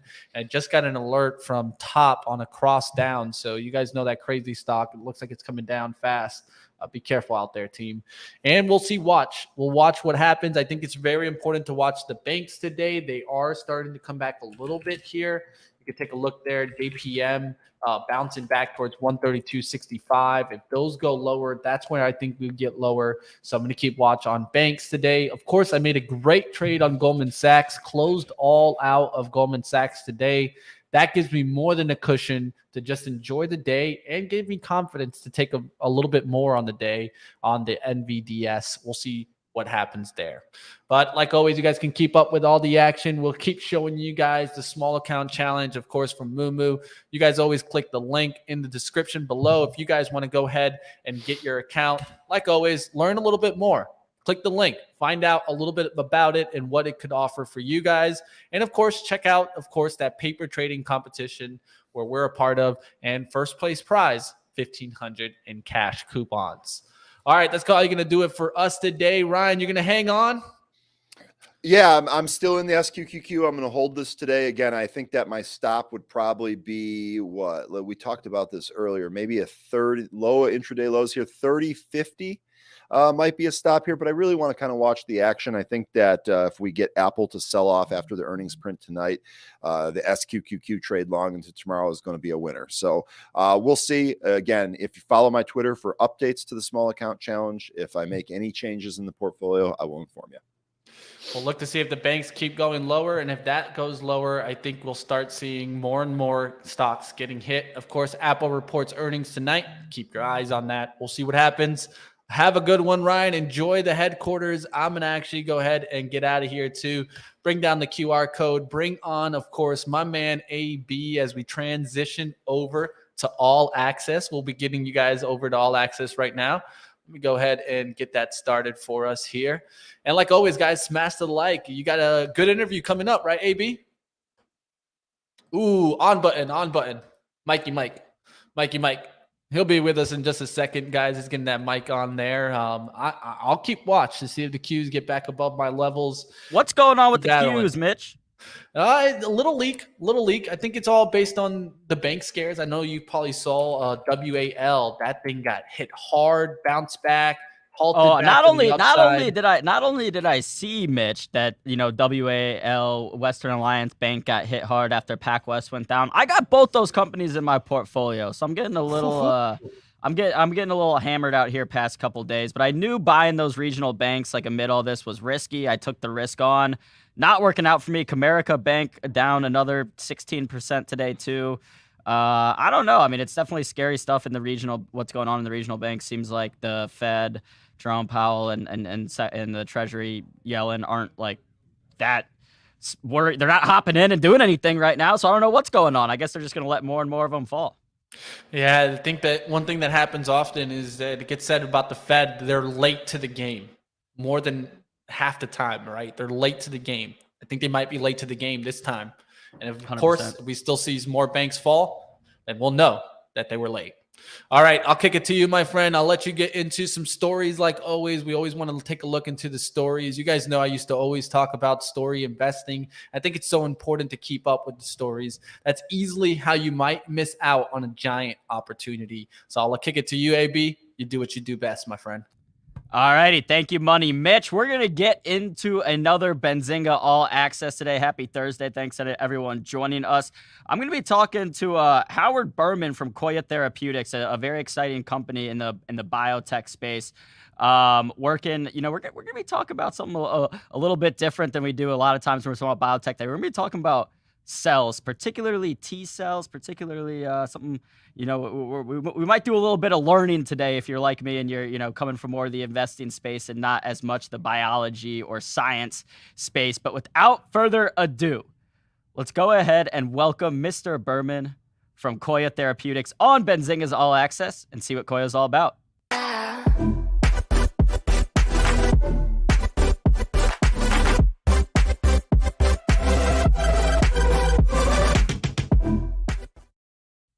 Mr. Berman, how are you doing today? Thank you for taking time out of your busy day to join us. Oh, it's a pleasure. Thank you for having me. Of course. So before we get started, do you want to just give us a brief overview of what Koya is, what you guys are doing? Sure. We are developing biologics that target inflammation and a type of cell called the regulatory T cell, the Treg for short, which is the most important cell in the body that controls inflammation. And one of the problems that we've discovered, and we're really leading the way, is that Tregs are not working properly in neurodegenerative diseases. They're dysfunctional, and it's that heightened inflammation that causes the deterioration and sometimes the destruction of the neurons, the continued destruction, and why the patients likely progress. Got it. And so I've had it described to me before, and again, I don't really have that much of a science or biology background, but I've had it described to me, you have your different types of blood cells and whatnot, and your T cells or your Tregs are the ones that are kind of like going to, they're going to war. They're like soldiers going to fight diseases for you. Is that a accurate description? That's right. There are what we call pro-inflammatory T cells, and then there are anti-inflammatory. The anti-inflammatory one, which is a very small subset of the T cells, they're called the Tregs. They are essentially the firefighters. They're putting the water on all that toxic inflammation in the bloodstream. And on the other side, there are other types of T cells that you see in infection that actually are enhancing inflammation. So it's the other side to reduce or ameliorate or inhibit that inflammatory process. And then there's a small organ in the body, the thymus. That's what helps regulate the T cells. Is that correct? Yes, that's part of the process in the production of these Tregs and how they get kicked out into the bloodstream. Got it. Yeah, because I listened to a podcast about the thymus that was fascinating, where I think it was some doctors at Duke did like a transplant with a heart or something, but they talked about specifically when people get organ transplants, if the way the T cells react to that organ transplant can sometimes be suboptimal. So like figuring out how to get those T cells properly in an organ transplant. Have you guys looked at specifically that case, if someone's getting an organ transplant, how their T cells are are maybe operating? Well, that's a very good point. I think what's been discovered, in fact, with organ transplantation, there's many times rejection of the organs. It's you have what's called graft versus host disease, and that's when the immune system is causing the rejection of the organ.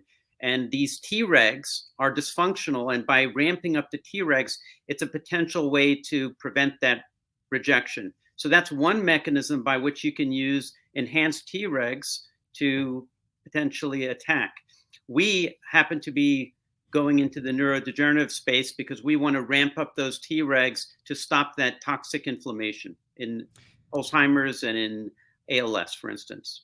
Yeah, so is it kind of like what happens is, say I get like a kidney transplant and maybe my body, like my thymus doesn't recognize it, so it's like sending the T cells or cells out to like fight it instead of like recognizing it as part of my own body? That's correct. Yes, essentially, your own immune system is not recognizing that organ that's coming from someone else, so it's essentially rejecting it. That's correct. So you want to try and prevent that rejection. They use all sorts of toxic drugs to prevent rejection, and those patients are on those drugs for life. Got it. Well, it's so cool. I mean, like you don't. I think for a lot of us, we don't hear or talk about T cells that much, but because obviously you guys are working in that, you know how important it is in our bodies and what those cells do. So, how exactly do you like harness these T cells to help treat disease? Well, that's really goes right to the heart of the issue. What we do is we provide biologics. So these are simple proteins that we inject that can be injected subcutaneously, like an insulin injection. And what the proteins do is they ramp up in the bloodstream these Tregs. So you get enhanced Treg function in your blood, and you get enhanced Treg numbers. So that's one mechanism. And a second mechanism is we add another protein, another biologic that reduces pro-inflammatory cells or other toxic inflammation. If you do the two together at the same time, it can have potentially dramatic results. They're synergistic, we believe, in how they react. And what we've seen so far is very exciting in ALS, and we're presenting in Alzheimer's in about 10 days. Wow, yeah, and I know, I mean, like Alzheimer's is one of the, it's a obviously awful, terrible disease that impacts so many people's families out there, and it's one of those drugs that, or sorry, not one of those drugs, one of those diseases that we haven't seen that many like drugs that have been helpful in it. So I think, especially from an investing standpoint, people are just like out there looking and looking and looking for what could be the effective treatment for Alzheimer's. Can you speak a little bit just to like the market opportunity there that comes with Alzheimer's? Sure. Well, it's dramatic. I mean, my father just passed away from Alzheimer's Oh, I'm or sorry to hear that. Alzheimer's type a few months ago. So it affects many, many people, me personally. So we have a vested interest in the success of this. But a lot of the market's huge. I mean, the number of baby boomers and the number of people getting older. I mean, this is going to be, if you want to talk a pandemic, it's going to be dementia. And we all have a risk of facing this with old age. The other drugs that are being tested, and you may have heard of Eli Lilly's drug that was just released, donanemab, which targets the beta amyloid peptides. Look, that's very interesting and it's exciting. But I can tell you that what we see in Alzheimer's is inflammation plays a critical role, and it's downstream of the pathway that they're targeting. So we think that if you can actually reduce the systemic and also the neuroinflammation with our approach, you can have a dramatic impact in dementia, and you can make dramatic impacts on cognition. So we think that this could be additive to what they're doing, but just by itself, it could be a unique approach. So to summarize, you're saying that inflammation is critical to Alzheimer's and T cells are critical to fighting inflammation. Yes, they go hand in hand. That's right. The Tregs, when they're not working properly, when they're compromised in the bloodstream, when they're dysfunctional, it leads directly to the inflammation that you see in the blood and in the brain. And so by ramping up those Tregs, by giving these biologics, you can change those Tregs to become functional. You can increase their numbers, and you can reduce that inflammation. And you can do it pretty rapidly. Within a few weeks, you see a dramatic enhancement of the Treg function. And that's what we saw in our ALS trial. Got it. I mean, that's great. So speaking of the trial, I mean, Howard, can you give us just a brief update on the different drugs in the pipeline right now? Sure. So we're really focused on Koya 302, which is a combination of low dose interleukin 2, as well as a drug called CTLA4 IG, which targets the bad aspects of inflammation, what's called myeloid cells and macrophages. So that combination has a synergistic impact in terms of reducing inflammation. We're testing that. We've run a proof of concept study with Dr. Stanapel, a leading world leading expert in ALS. And now we're planning to do with that data, which we essentially stop progression in ALS out to 24 weeks and also out to 48 weeks. It seemed to have a durable effect, which is remarkable. So we're planning a much larger trial, hopefully to start towards the end of the year. We're filing an IND in that combination. We also are introducing data in about 10 days in Alzheimer's disease. Once that's released, we will be announcing how we're going to be developing that therapeutic, either by itself or in combination. And we think that biologic immunotherapy combinations are the future. So you will see us really spearheading this immunotherapy biologic approach using our combination biologics. And on the side, we've got other programs which are research and development in nature, and we're developing those in a systematic process so that we can look at strategic partnerships with pharma. Got it. Yeah, I mean, it sounds like all good progress there in the pipeline. So I know from a financial standpoint, Howard, it looks like you guys have about $6 million cash on hand.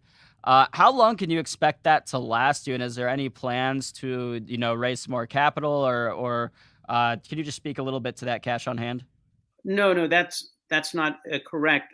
We raised an IPO that was from last year, but we raised an IPO and that added another 15 plus $1 million on top of that money from last year. Well, that's a big clarification. Thanks for fixing that. No, we've got a sufficient amount of money that takes us through critical milestones and catalysts all the way through the first half of next year, through first half of 2024. And we are planning essentially our phase 2 trial in ALS because it is a relatively short study, and as well as it's not going to require a tremendous amount of patients. It's not going to require a significant amount of money to complete. Got it. Well, again, thanks for making that clarification. Sorry for having the wrong number on my end. So one of the big things in the investing finance world this year, actually, I shouldn't say one of the big things. The biggest thing people have been talking about is AI and how AI will impact, all industries, technology, education, you name it. I suspect that it's no different in the medical or biotechnology field, that there's going to be, areas where AI can be helpful. Have you guys, started looking into that, or how long do you think it will take before AI becomes more commonplace in biotech? Well, AI is pretty remarkable. My kids use AI, and they frankly, they teach me sometimes about things that I should know more about than they do. But AI is really becoming an emerging field in medicine and in drug discovery. AI will play a role in designing and understanding new targets in inflammation in what we do. So other ways that we can combine our existing therapeutics to even have more synergistic impacts. So maybe there's another target in the inflammatory pathway, and we can use AI to somehow designate what that pathway is and what may have better synergy than our existing combination immunotherapy approach. So it opens up strategic partnerships with companies out there, and we can look at leveraging AI to find the best partner who develops that drug target. Yeah, I mean, I know there are already some biotech companies implementing AI, but it's just fascinating what all AI can do right now, and it's almost scary in a way, knowing it's just going to get better and better and more efficient. And the next thing you know, we'll be able to see all the crazy things companies are doing with it. So Howard, I'm sure you don't need me to tell you this, but biotech has been kind of out of favor, let's just say, in terms of the stock market, right? Like the IBB ETF that tracks biotech stocks has been not doing that well. There's been recently some more increased fears that the U.S. is heading toward a recession. How do you think a potential U.S. recession will impact the biotech space? Well, I think for companies like ours, I don't think it's going to have as much of an impact. We're sort of decoupled to the broader market in general. I'm not going to say we're completely decoupled, but where we are is we're developing therapeutics that, and our next clinical trial could take us potentially to, if we can show significance to it, a critical impact. So people are out there with ALS and they're continuing. I think this is a problem that's not going away regardless of the economy. So if we can actually show statistically significant results, it's going to have a dramatic impact on our company regardless of what the economy is doing. We are head down. We know exactly what we need to do. So we're not impacted by what's happening on a macro environment. We're really focused on what we're accomplishing. The data are strong, and we're pushing ahead as if none of this really matters to us in terms of the economy. Got it. So basically, you're like, we do our job, right? We show the data. It's almost like from Field of Dreams, right? If you build it, they will come. If we do our job, right, like the money will come, the investors will come. It doesn't really matter what's going on in the macro scheme of things. I think that goes that speaks to the company being kind of separate from the macro economy helps explain, I think. I mean, you guys went public, earlier this year? I'm sure there were a lot of companies that were planning to IPO or to go public that decided, maybe this isn't the best market environment, but you guys went ahead and did it. Was that because of this, what you're talking about? Because there is this separation from the macro economy? Yeah, I just want to point out there were only 12 biotech IPOs last year. We were the last IPO of last year, and it was a very difficult market, but we were able to see it through, which is a remarkable accomplishment. We had supportive investors. They believed what we had done previously. We had done everything that we said we could do. So that's a remarkable accomplishment. I want to say, I want to give kudos to everyone on my team that helped push that through. But you're right. I think they see what we're doing. They see our clinical data, and that really is compelling to them. And as we socialize our story, more people are beginning to learn about our data and also our approach and how we're unique and differentiated. And that, again, will trump anything macro out there, because what you're trying to do is show not an incremental improvement in care, but an exponential improvement in care. And that ultimately is what I think what I as an investor would look for. But I wouldn't be involved in this if I didn't think we were going to make a significant difference. And again, it's independent of the macro climate. Yeah, and I think honestly, as an investor, seeing a company IPO in that like less than ideal market environment is like a green flag to me. I'd be like, oh, well, they must really believe in their company. They're not a company that's out there like, let's just wait for easier times, then we'll IPO. But Howard, this has been an awesome discussion. I was stoked to see what you guys did, because I had just listened to this podcast about the thymus and about T cells. So I was like, oh my God, this is perfect. I like, usually I'd have no clue what was going on in terms of the medical stuff, but this time I was like, I think I have a slight understanding. So it was fun for me. Hope you enjoyed joining us on Benzinga, and we'd love to have you on again in the future. It's my pleasure, and I thank you, and have a good day. You as well. Enjoy the rest of your Thursday and have a great weekend. Alrighty, guys, that was Howard Berman from Koya Therapeutics, ticker COYA, up there on the screen somewhere. There it is over here on this corner. Thank you guys all who joined us on live trading today, as well as Benzinga's All Access. Please smash the like if you haven't already and subscribe to the channel. Quick programming notes. We would typically be starting Benzinga Live here in about 12 minutes, but today I'm actually on the way out of town, so we will not be doing a Benzinga Live today. I'll be back next Tuesday. So hope to see everyone then. Till then, make sure to follow us on socials, Benzinga on TikTok, Instagram, Twitter, you name it, you can find us there. With that, hope everyone has a great rest of their Thursday, and we'll see you soon.